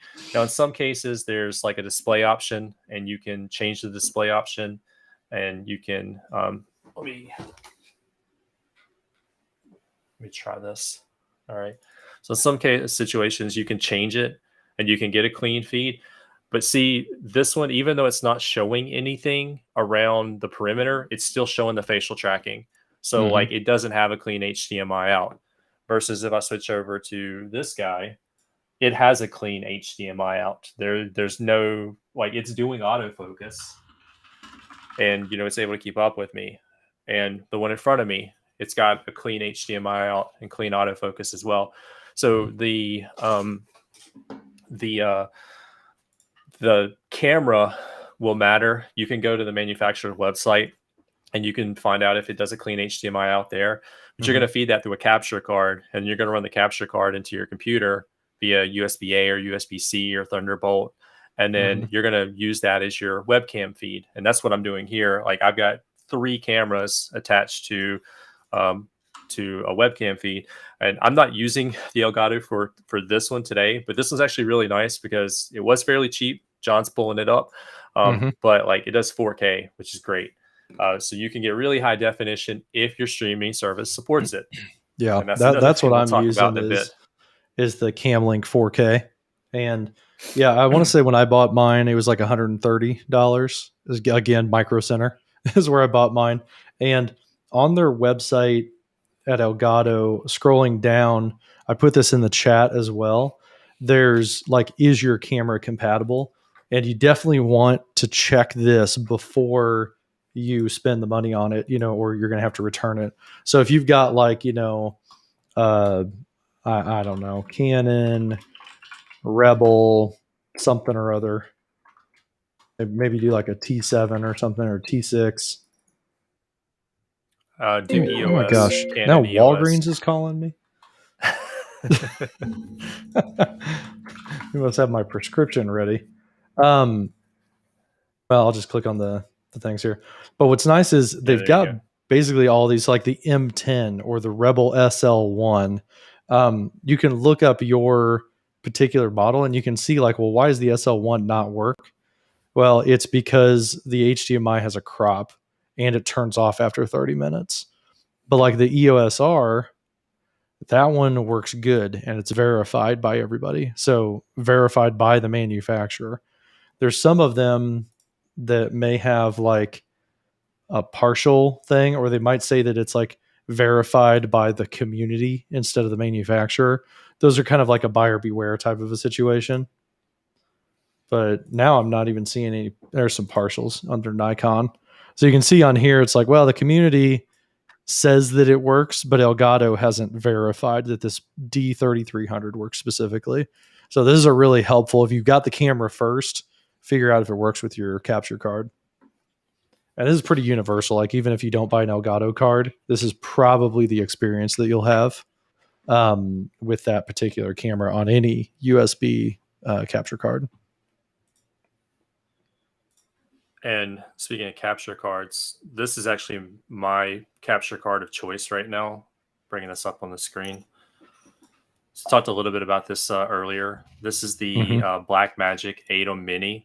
Yeah. This is actually the first version of it. So this retailed, I think, around $299 whenever it came out. But this allows me to input 4 separate HDMI feeds, and then I can just switch between them. There's also transition modes built into it. So you can cut or you can do a transition, and then it has picture-in-picture built into it as well. So I could technically have a picture-in-picture running inside of there. So I'll try to turn that on. Yeah, you should be able to see inside of it. And I could switch back and forth and go back into picture-in-picture. And so I did this particular one over the Elgato because between cameras if I wanted to. I just thought that was kind of cool. And this is actually kind of how John and I connected, because I had some questions about it. And John, I think you had one at the time, and I pinged you and I'm like, hey, can we talk about the 8 Mini? Because I was thinking about pulling the trigger on that. And so we had a pretty long conversation around it, and you taught me a ton about it. And I ended up getting one, and I've used this for year and a half now, and it's been great. There's a whole bunch of different models of it. Going back, I might have jumped up to the next model at the time, knowing what I know now, because the next model actually supports a preview out. We'll talk about that in a minute. But this allows me to switch back and forth between different cameras at the push of a button to do picture-in-picture. But the main thing for me, the biggest thing I think that I really like about it is it's a 1080p device, so it downscales whatever I put into it to 1080p. Most streaming services like Zoom and Teams and whatnot, 1080p is kind of that sweet spot. Now, I can't verify that those are the actual specs that those services are going to use. But if you're streaming to YouTube and you're streaming at 4K, it's going to downscale it to 1080p. So if you just stream at 1080p, you minimize some of that and you don't have to worry about dropped frames or whatever. But this does hardware encoding external to my GPU. So my laptop, I don't have to worry about using the graphics card. This is all being done external and then feeding it into the system, and all the processing's been done. This has a couple of really cool features in it. So beyond being able to switch between cameras and doing picture-in-picture, it also has a chroma key built into it. So I could put that green screen behind me, good one too, and it would do chroma key and take the green screen out and overlay me on top of something seamlessly. And it was doing all of that with hardware encoding external to my computer. So it saves resources on maybe a computer that's 4 or 5 years old, which was I have a 2018 MacBook Pro. So it's not that old, but every little bit helps, especially as you're working with like high definition video and encoding and frame rates and things like that. So the ATEM Mini for me has been easier because I can switch between different cameras at the push of a button, and I can deliver a presentation, and I can get those different vantage points and deliver with that. You can even feed other things into it. So like if you got a HDMI out for your iPad, you could feed that in, and that would be a source inside of there, and you could switch to it. At one point I had another computer inputted into it. And so I had, a computer in a computer, like, and I was showing another screen versus like switching between profiles or, running a virtual machine or whatever. And so you can do things like that with it. But the main thing is if you're going to use like an encoder, there's a single encoder, there's a switcher based encoder. John's got the ATEM stuff up there. I'm a big fan of Blackmagic stuff. If you can afford it, that stuff's amazing. And then like the ATEM is, for what it does, that is super, super affordable, considering how powerful it actually is. I mean, new, it was $300. I'm sure you can get them used now because like other models have come out, so people have upgraded. They get I got mine. ISO. Yeah, I got mine in December 2019. That's when I made like my YouTube video about how to do the ATEM Mini, and that was a snow day. So like I'm really grateful that I had spent that snow day figuring out the ATEM as like, I'm going to set up my desk. And I kind of just went through how I set it up as like an at-home setup for live streaming, because like in March, that's like what everything turned into. Like then everybody was scrambling to try to figure this stuff out. I was like, oh my gosh, I'm glad that, we were already kind of thinking about this during like snow days, like what are we going to do if we're like at home and I need to do a live stream, or I can't be at my desk with all my cool stuff at work, and fast forward to March, I was throwing things in a box from my desk to like, oh no, I need to go home because I may not come back here again. What I like about the ATEM a lot is this screen, the audio processor that's built into the ATEM is really powerful. You have like a compressor, you have some things like a limiter, an expander, to where you can really adjust and bring in like an okay microphone and make it sound extraordinary. If it's got an 1/8 inch jack on it, or if you're going into your like HDMI camera through an 1/8 inch jack and then coming down HDMI, you have the ability to control the audio a lot more. So back when I was using the ATEM on my desk, I used it a lot just for the audio over the cam link. And then since then, what I've done personally is I've gone back to the cam link and went to this USB microphone. But Andy, I recently got this guy. I recently brought this home. So I'm going to try taking this camera or this microphone over XLR and put it into the ATEM and see if I can go back to the ATEM and get like audio processing and stuff, because it's that good that I'm thinking about combining back in. The other thing that's nice about this is they have HDMI offset. So you can do like a frame delay for a couple frames so that your audio coming through, if I scroll up here to the top, so that the audio coming through one of these 1/8" jacks, it will be a little bit faster, like 3 or 4 frames faster than what the HDMI digital signal is. And you can basically sync them back up by delaying the microphone so that it matches up to the camera.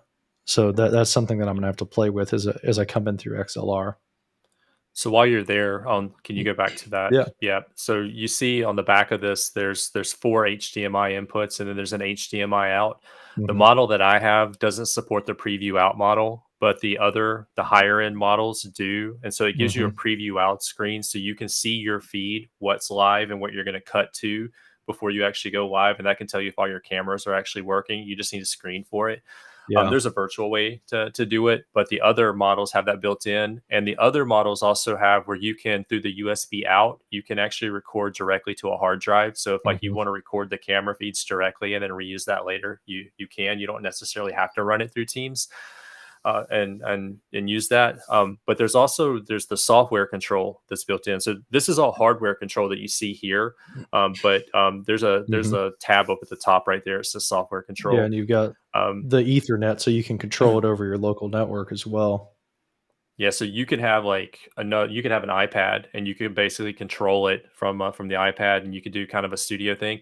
But the software Hmm. control is great because there's some extra capabilities in there, and some of that can be accessed via an app called Companion from the Stream Deck. So you can Hmm. actually use the Stream Deck as your physical controller, use the ATEM as a hardware controller, and then use Companion as the go between.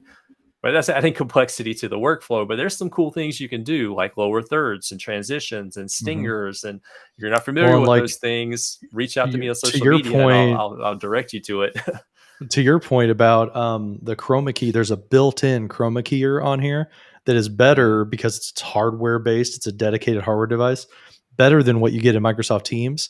So if you do that green screen, I guarantee you, if Andy set that up behind him and then hit chroma key on the ATEM, it would have cut out around his headphones. He Yeah, wouldn't be having that, like, that green in there. It yeah, would do it just like right on. So that's another benefit too, is like it's just kind of like a little bit stepped up across the board, and then you're not relying on Teams to do the heavy lifting for you. yeah, Yeah, the yeah. So ATEM is hardware really cool. encoders are a great way to get a camera feed in, and then just depending on like what you want to do. I mean, there's some really amazing things that you can do with that. Or with the hardware encoders. I think Hmm. we're um, about 15 minutes left. I think the next transition we Hmm. need to talk about is the software version, our way to do some of this, so that if you don't have the resources to get some of this equipment, how can you do this kind of in an out of the box scenario, Hmm. or a free or cheaper scenario? So I'm going to share this window. And this has been something many of us have talked about and used, and we talked about a little bit here. This is OBS, Open Broadcast Studio. It's free. It's open source software. There are tons Hmm. of updates made to it all the time. But through this, you can do some really cool things. You can create different screens and different ways to showcase information and broadcast, and do overlays. And there's some just really amazing stuff that you can do with OBS, and it's all software based. So you're looking at my actual OBS. Now, how do I get this into Teams? Well, there's a virtual cam. So I can start that virtual cam, and I can run that as a webcam directly into Microsoft Teams. So like if I were to go to the Teams client, I could switch over and I'll have a new option whenever I go over there for device settings, and that'll be the OBS feed as a virtual cam, Hmm. and then I'll be able to input that in, side by side with the other cams that I'm working with. So that's one way you can do it. But there's also another option built into it where you can launch a projector and you can share the Yeah. projector. You can't see it here, but there's a projector option. You can share that as a screen inside of Teams. So you just point Teams to the projector screen that OBS outputs, and then you can use that for your video. And when you do that, it doesn't crop like a webcam. It shows the full presentation from that tool. So I just want to show a couple of things from the OBS perspective, how you can work with this, and some of the neat stuff that you can do. So the first thing that you do whenever you work with this is you actually create a scene. So you got this little pop-up button, and it allows you to create a scene, and then you just give that a name. So I'm going to just call it demo screen 1, and then that creates that. And so I've created a screen now. And then the next thing you do is you go in and you add a source. And a source could be a webcam. This source could be a screen, like a window, your web browser, a PowerPoint presentation. A source could be a virtual webcam. A source could be a capture card feeding into it. A web browser, there's a web browser specific plugin. A source could be text. There's a whole bunch of different sources. And so I can go into OBS, and you're not, it doesn't show like the full window, but I can go in here and I can say like, I want to bring in a display capture. And it's going to ask me, well, what do you want to bring in? I'm going to say, well, I just want to bring in like my main desktop. And so that brings my desktop in. And so it shows me like my whole desktop. Now I have, a really widescreen monitor. So like my desktop's really big. There's a lot going on there. But if you're familiar with like, transforming, you can transform and you can make that like fit to the screen. So like that's my whole desktop. That's everything that like I'm actually looking at live now in front of me. And then I can layer other things on top of that. So I can go in and add an additional source. So in this case, I'm going to go and I'm going to add a video capture device. Now I've already included my camera, so I'm going to just add my Sony camera in. And so now it brings that in, but you see it brings it in, it overlays it. It's really big. So I'm just going to transition that. I'm going to shrink it down. And just like that,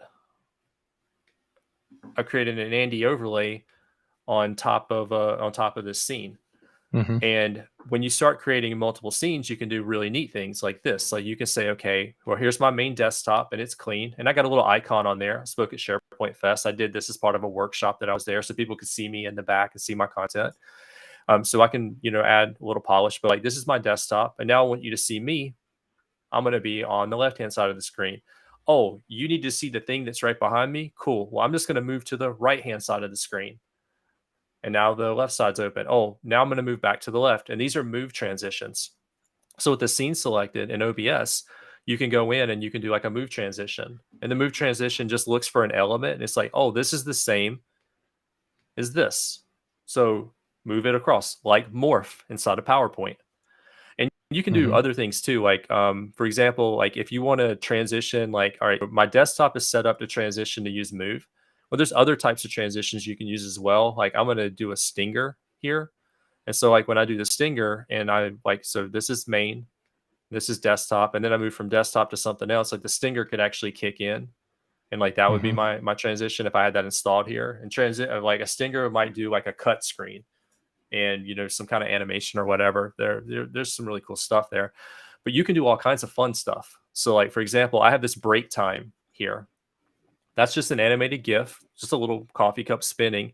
And on top of that, I added some text. So there's a text input, and then there's a secondary text input, and that's a countdown timer. That's a plugin. It's free, and it's called a Lua, Countdown Lua. There's a whole bunch of developers out there. They create this stuff for free, and they throw it out there. And so you can use that on top of this. And so like I do these types of things like when I'm doing virtual training. So we're on a break, and people are like, hey, are we back from break yet? Well, now you see the motion on the coffee cup, you see the countdown timer, and oh, there's 14 minutes left in the break. Or we're getting ready to begin. So, we're going to kick off this session. It starts in 16 hours and 38 minutes. I can tell it when to count down to. Now, this particular one, I want to add a background to it. So, like, I'm going to go in and I'm going to add to my scene. I'm going to add like a image in the background. And I'm just going to look up an image, and you can't see it yet, but let me just grab the file real quick and I'll drop that into here.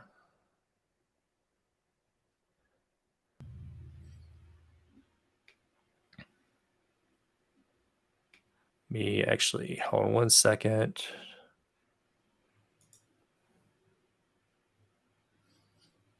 Yeah, while you're doing that, I'm answering a couple questions in chat. One was, how do you bring guests on in OBS? My answer was, I've done it two different ways with Teams NDI, which I've got a video on my channel about that, like how to add it NDI. I use like some Mario characters to bring them in. The other one that I've used, if you don't have access to Teams NDI, is something called OBS Ninja, and that's a free web service that you can do to bring people into OBS as sources as well who are remote participants. So you can see, like, I just dropped in, it's called a media source. In this case, it's just an animated GIF. It's a small little, file that plays, and I just moved it to the back. So there's layering. So in the sources section, you have the top layer, and then you have your background layers. And so how you layer things actually matters. And inside of here, you can turn things on or off. You can turn the visibility of things on or off, depending on like what you want to see. And you can also go into the properties and you can change the properties just like you would in like a PowerPoint. So like the font's not working really well inside of here. So like I could change the font color if I need for this particular image, or maybe the location's not great. So like I can unlock that and then I can move it to maybe a place where it's going to be a little bit better, lock it back into place. And so like you can kind of see that, like, and so I can do little things like that. And then through my scenes, I can switch back and forth. And then like when it's time to kick things off, I can move around. Now, here's where the Stream Deck comes into play. With my Stream Deck, I can go in and say, well, take me to the welcome screen. All right, now we're ready to actually start. Take me to the main camera. Hi, we're going to kick off class. Welcome to this virtual training. My name's Andy. This is what we're going to be talking about today. And then I can say, okay, well, let's go to the desktop. We're going to be working with this app. And then because I want people to be able to see me, right there I am. You can see that I'm there. Now we need to see that thing that's behind you, and it's a one button click. And so I'm using Stream Deck for that. So let me actually share my Stream Deck real quick so you can see those commands as well. So 1 second. All right, so let me switch my share here.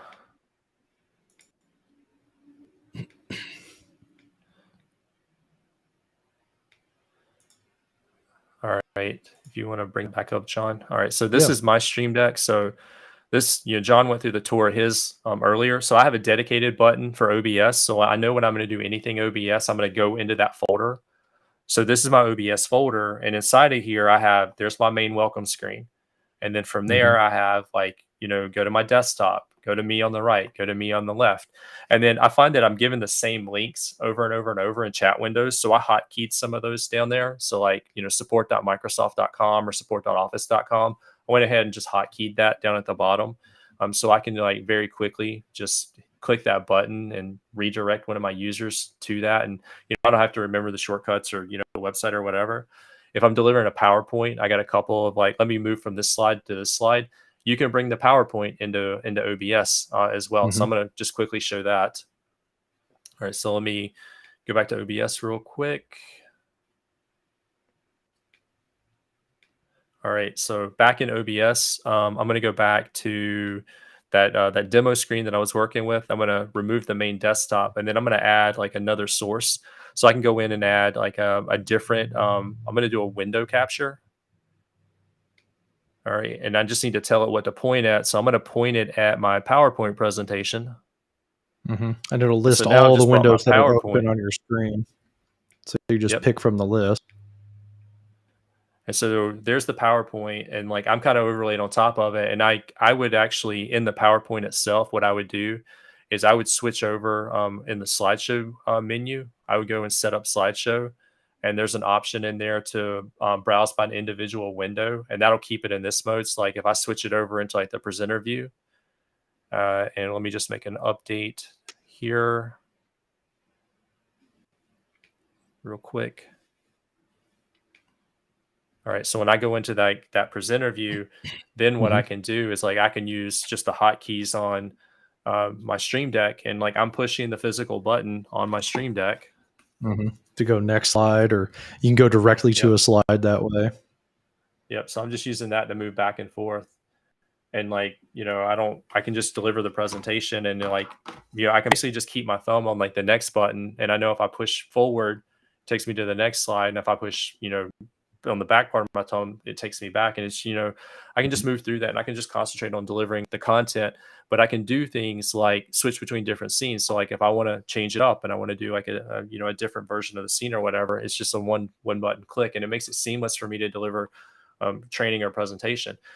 Mm-hmm. The Stream Deck's extra. You don't have to do that. In fact, there's a free Stream Deck plugin for your phone, and you can do virtual buttons on the phone, and it Yeah, does it's like basically the same $3 a thing. month or something like that.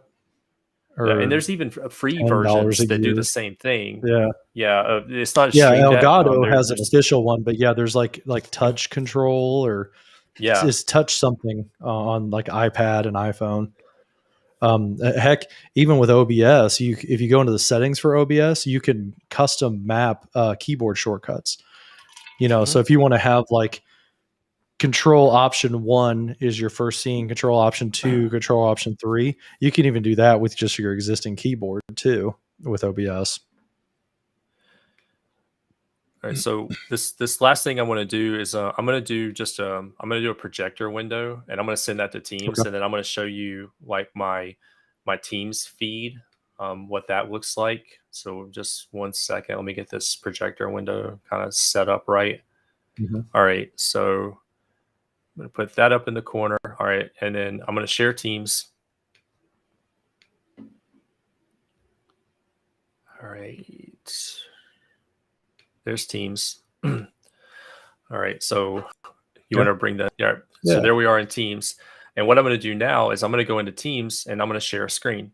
All right, so I'm going to open up the share window, and I'm going to go to window. And what I'm going to look for is I'm going to look for my windowed projector coming from OBS. So this is the main OBS here. So that's like that's where I control things, but I don't want to share that. I want to share the output. So if there's a projector output, it's in the menu, you can push it out. I want to share that. So I'm going to click on, send that out, send that feed out. And so now it's sharing that projector window. And John, you want to switch over to Megan's we view? didn't see that. Yeah, let me see if I can bring up remote desktop here real quick. I've got my OBS on screen right now. Oh gosh, I just maximized the window instead. All right, Megan is connecting. I'm connecting down to my home rack server downstairs. So we got Megan over here. She's attending the meeting. And yeah, see now over on Megan's screen, she sees Andy. And what's cool about using a projector like this is that now, say that Megan makes her screen a weird size. Check that out. It's not cropping it off because screen sharing doesn't crop. It actually it adds black bars around the top or the bottom so that it fits widthwise. So if you're doing a virtual camera, like if you're bringing OBS as a virtual camera, you have to contend with this crop. Like Alex is cropped in a little bit. Basically, it would be cutting off part of Andy's screen if I didn't have my window set just right, or if I didn't want to right click and hit fill frame or fit to frame. But because he did a projector, he's controlling the aspect ratio now. It's stuck at 16:9 aspect ratio. Yeah, and that's just a really great way to the projector. Like you just need to keep it, you can run it in the background. You don't even have to look at it. You can push it off to a second monitor or whatever, but you can output the projector. And then whatever you display, as John's saying, it doesn't crop it like that. It keeps that aspect ratio, and you can put multiple feeds and cameras and stuff inside of there, and you can do overlays and videos and like whatever, and you're sharing a window, and so it respects the window and it doesn't try to crop like it would with like a person. And because I'm feeding things through OBS, I can do some really fun stuff. One last thing that I wanted to try to put in before we go here is I get a lot of questions about, okay, cool, I can do NDI and I can shove the camera in, or I can do it as a projector, but I've also got background music, or I've put my microphone into OBS and I've tuned it, right? I've added a compressor, an expander, noise gate. And how do I get the audio into Microsoft Teams? Because like right here, I could hit start virtual camera. And if I start that virtual camera, when I go to start a Teams meeting and I go down to camera, I can do OBS virtual camera right here. But under the microphone, there's no OBS microphone, right? I have a bunch of other microphones, but there's no OBS mic. This is where I use an application called NDI Virtual Input. So when you install the NDI plugin for Microsoft or for OBS, it gives you this OBS or this NDI source right here. So you can add some. This is how you do Teams NDI when you're bringing a guest in.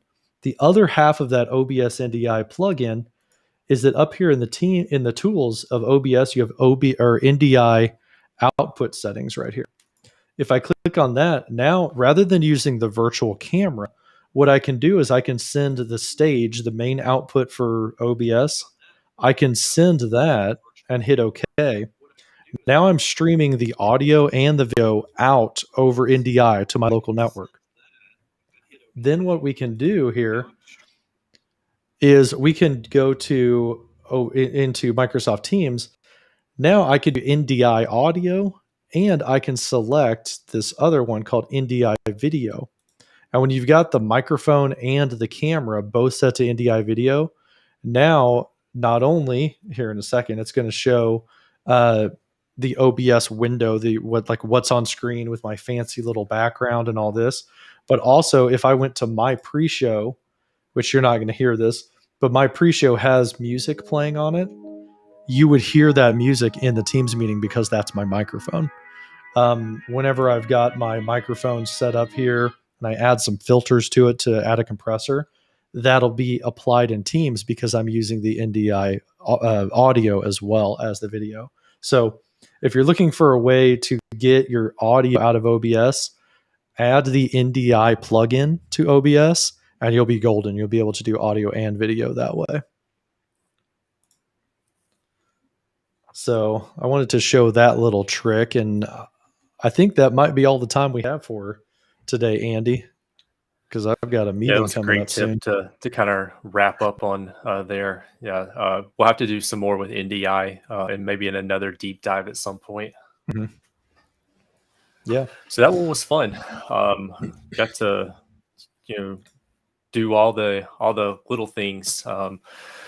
With video, there's a lot you could do with this, and people have been throwing things at the wall for a good 2 years, 3 years, even more now to see what sticks, and that it ballooned out of control with the pandemic. So there's just a ton of really cool things that you can do with cameras in Microsoft Teams, from virtual stuff that's free to adding like cool hardware and doing nice lighting, to really geeking out and using even network technology with NDI and stuff like that. So I hope no matter what we talked about, everybody might have picked something up today that they could go explore more in Microsoft Teams.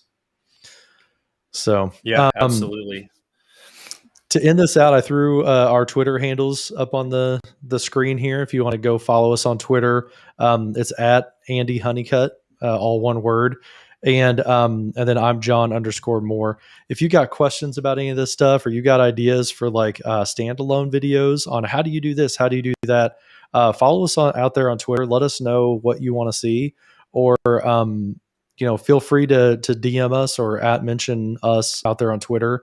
We're happy to answer questions and show more of our own setups. I mean, I've even got wiring diagrams for how I set up my home office and all that type of stuff. So happy to share.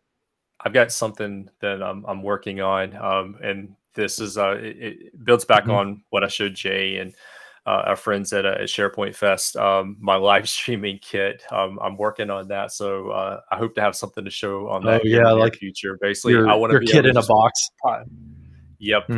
Caleb Pike really inspired me. So I'm trying to figure out how can I put some of this in a box and just be able to take it, open it up and let it run. So when I get that, I'll be happy to talk about what I did there and how I put it all together. Do you know Aaron Parecki? Have you heard of him? Yeah. Oh, yes. He has a really cool product for the ATEM with also monitors and stuff, where he's got an ATEM stand where it'll stand that up. It'll put the Stream Deck underneath it. and then you can have like, video monitors, like little camera monitors for like a 7-inch. Yep. That would be really cool for like a road case. That And was he's also built part of my road cases in inspiration. the past too. Yeah, Yeah. Aaron Parecki. If you guys haven't looked up Aaron Parecki on YouTube, he has an awesome channel. One of my favorite things that he did was several months ago. He went through like redoing his office and set everything up, and he spray painted everything white in his equipment. So he like took apart the Stream Deck. He took apart like some Black Magic monitors and stuff, and spray painted the frames white. And he has a white live streaming rack, and it is gorgeous. I'm so jealous of the cool stuff that he's done. That'll be awesome. I'll look forward to seeing that, Andy, as you put together a road case. Yeah, that's going to be a lot of fun.